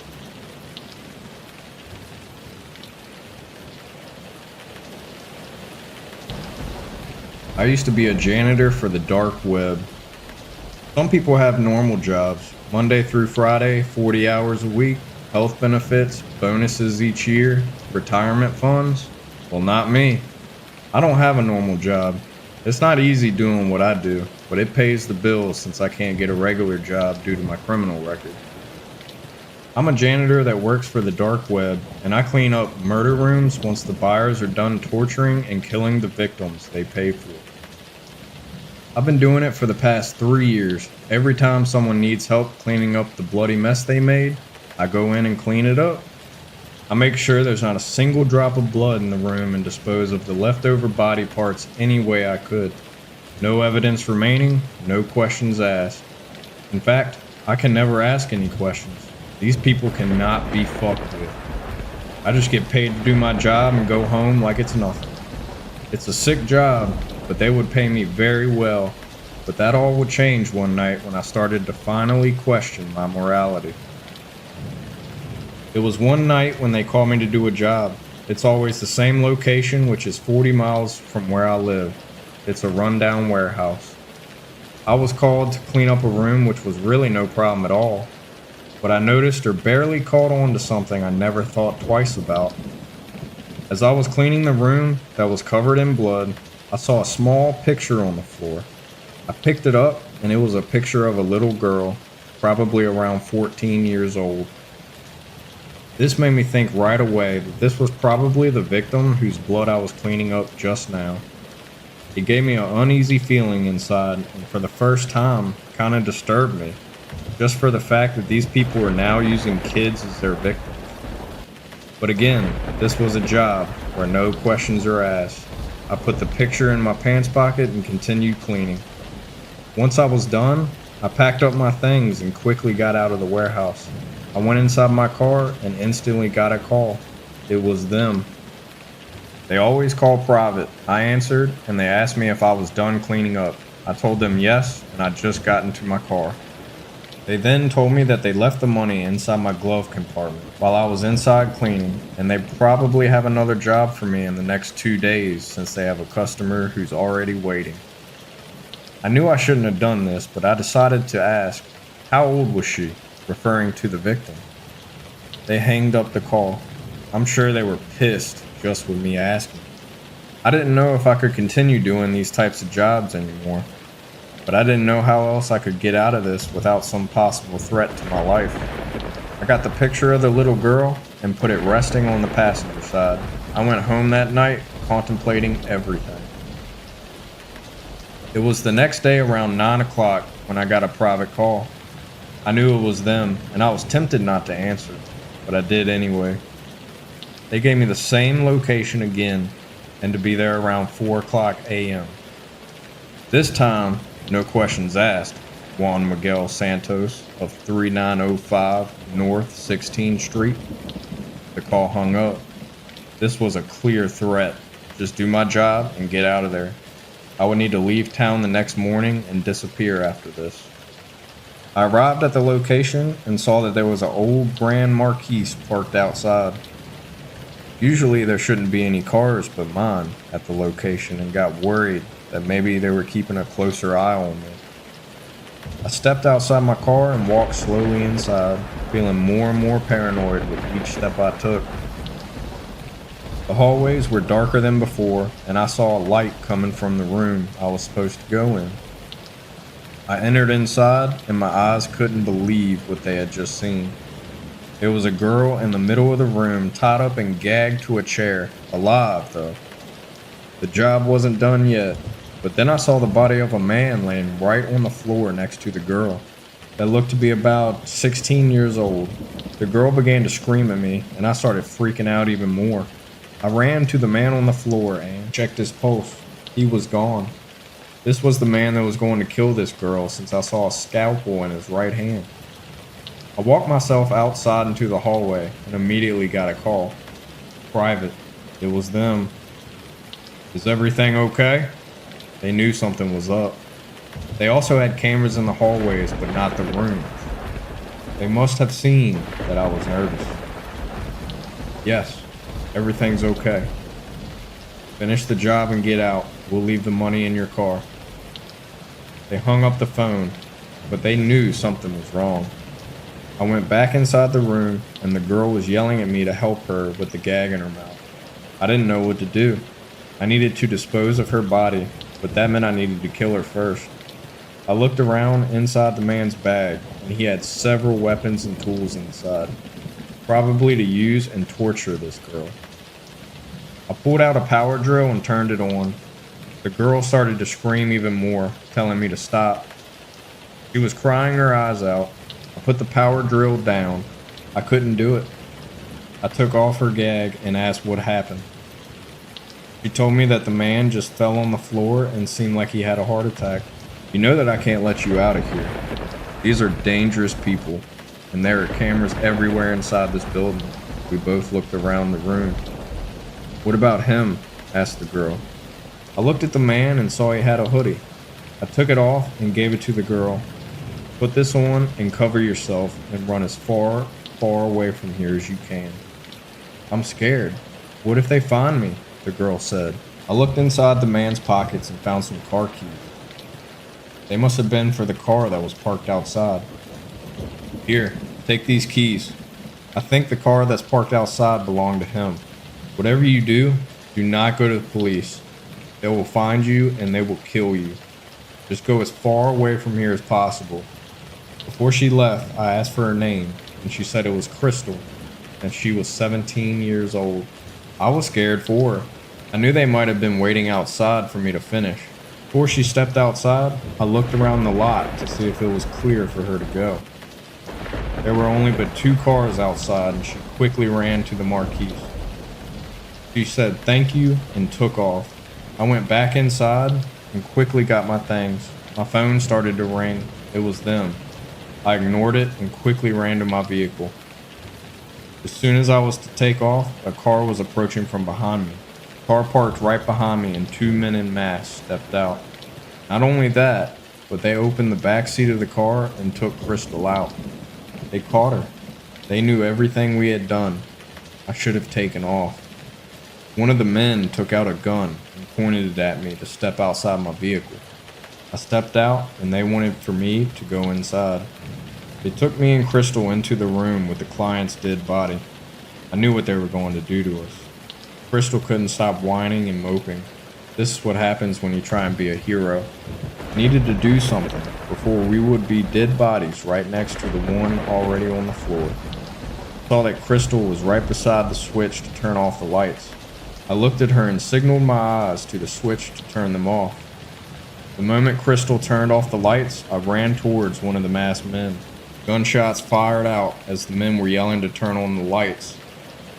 I grabbed the power drill that was on the floor and drilled it right into the man's chest. I stuck the drill all the way in and didn't stop until I heard the man gurgling, choking from his own blood. I got off him and heard Crystal breathing hard and yelling. I turned on the lights and witnessed Crystal stabbing the other masked man repeatedly with a scalpel in the face. Half of his mask was gone from the punctures. I got Crystal and told her to stop. She was frightened and terrified. She hugged me tight and began to cry. Both of us had made it out alive this time. We walked over to my car and took off, both of us covered in blood. The sun was coming out as it was already 6:30 in the morning. We both needed to change our identities, and I knew a guy who could do that I met from jail, and we drove over to his place right away. Sometimes I do think that maybe it would have been better off if both of us were dead, since we would now have to live in fear for the rest of our lives. Luckily, I haven't heard or seen anything, but you never know. These people always manage to find you. Let's hope they don't catch me now or for the rest of my life.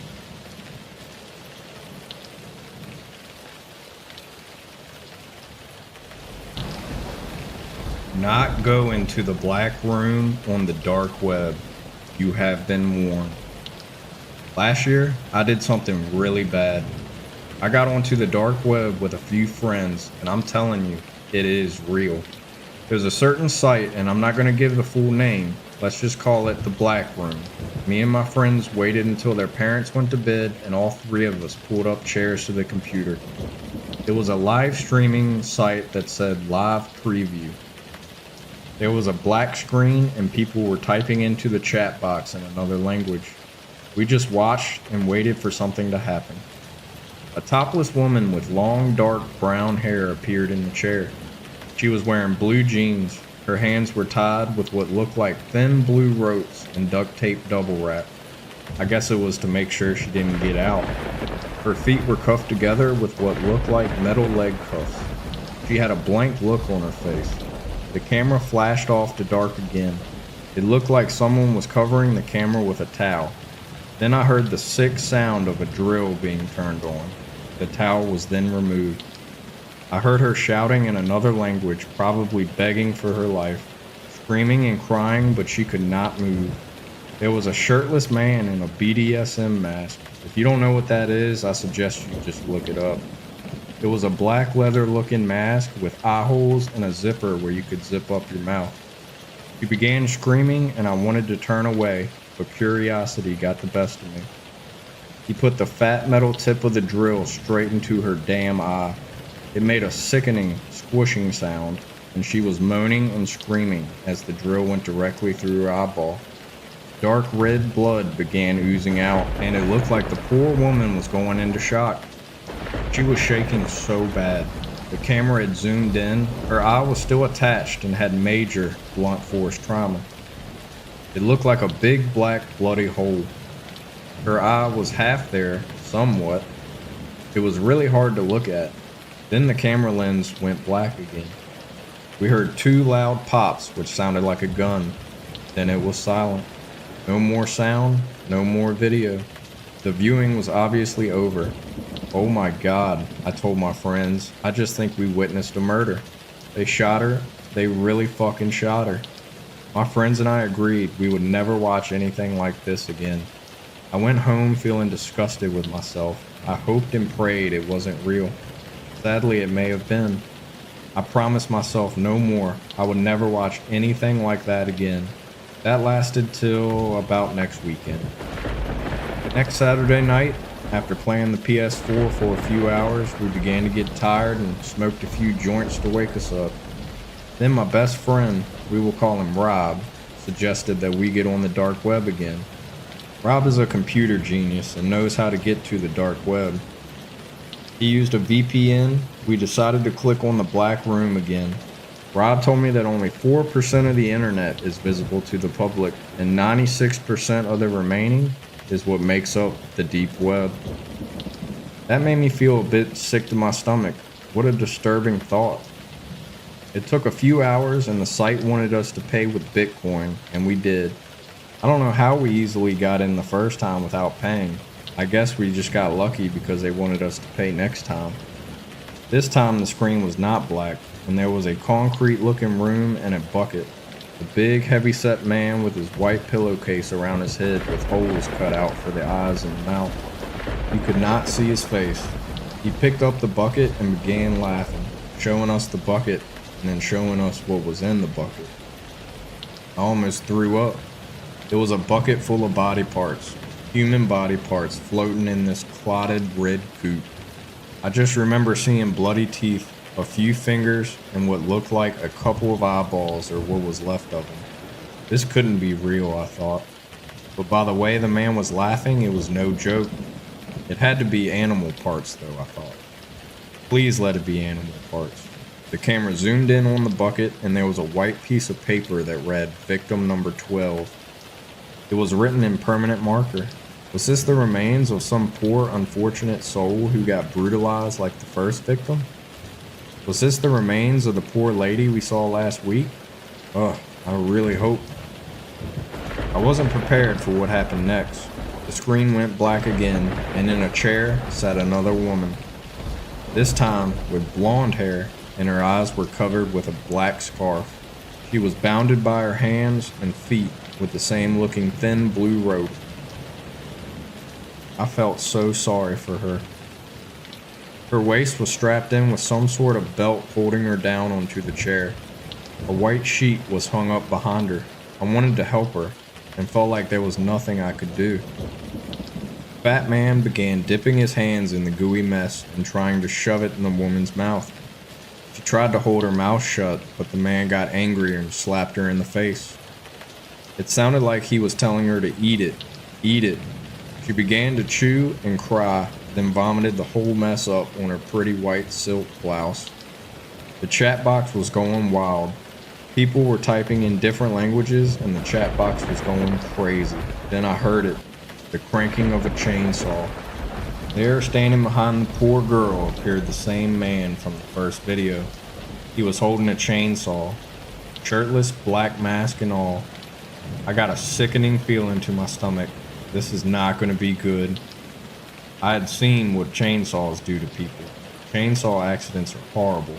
I wanted to stop viewing right then and there, but my friends were eager to watch, and I didn't want to seem like a wuss. She was screaming her guts out, flailing, trying to get out of the chair. Good thing we all had our headphones on because this was really loud. I watched in horror as he began to try and cut off her arm. The chainsaw went through a little, then kicked back in a jerky upward motion, coming close to knocking her attacker out. He must have hit her arm bone, I thought. I think this really angered him. I could hear him screaming in another language, so I assumed he might have got nicked by the chainsaw. Suddenly, he shoved the blade directly into her stomach area. He pushed in and began to cut vertically upwards, her faint screams muffled by the chainsaw. Droplets of blood began spraying into the air onto the sheet. Little pieces of meat and tissue flew over the room. She began convulsing, and her eyes rolled to the back of her head, and she was gone, just like that. The man slowly pulled the chainsaw out, and as he did, I could see what looked like her intestines hanging out. The screen went black. I ran to the bathroom to throw up. I think I threw up for 15 minutes. I almost passed out too. My friends laughed at me, and I knew behind the laughter it disturbed them too. All I know now is there are some really sick people out there in different parts of the world that will do anything on the web for money. These people have no heart or soul. They are inhumane and sick in the head. So stay off the dark web. There are just some things you can never forget that will disturb your mind forever, and you will not be able to undo what you have seen. Remember that.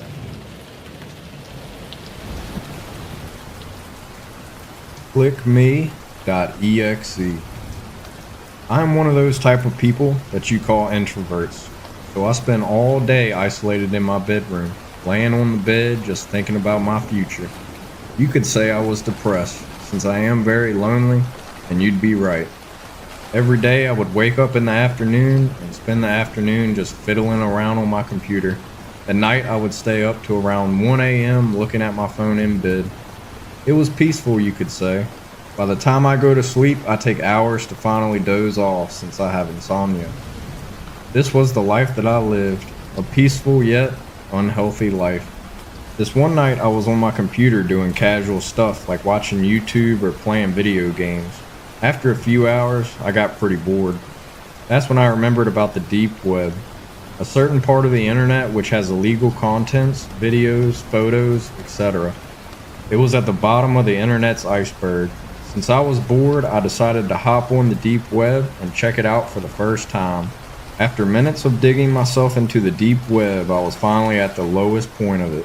I could see people being sold online, drugs, organs for sale, etc. It was disturbing to say none the less. After a while of clicking on countless links and stuff, I found a link that said clickme.exe. I'm very gullible, so I clicked on the link. It sent me to a video chat stream. There were about a couple of 100 people watching the live stream. The video showed a dark room which looked like a basement. It was unnerving. I couldn't take my eyes off of it, so I kept watching the video. Then after a few minutes, someone turned the camera sideways and my heart dropped. The camera showed a girl who looked to be in her 20s. She was tied up to a chair with ropes all over her body, and I could hear her screams being muffled by duct tape over her mouth. My chest tightened. The whole chat box was rushing with messages. Everyone was saying killer in the chat. My heart started pounding. This was a murder stream. Then, the person behind the camera stepped out into the shot. He wore a black hoodie with a ski mask which kept him anonymous. The man then gestured a thumbs up and reached into his pocket and took out a large switchblade. My eyes widened as the man held the blade up against the girl's neck. I knew what was going to happen since the chat was spamming kill her and slit her throat. The man in one swift motion slit the woman's throat as blood gushed out.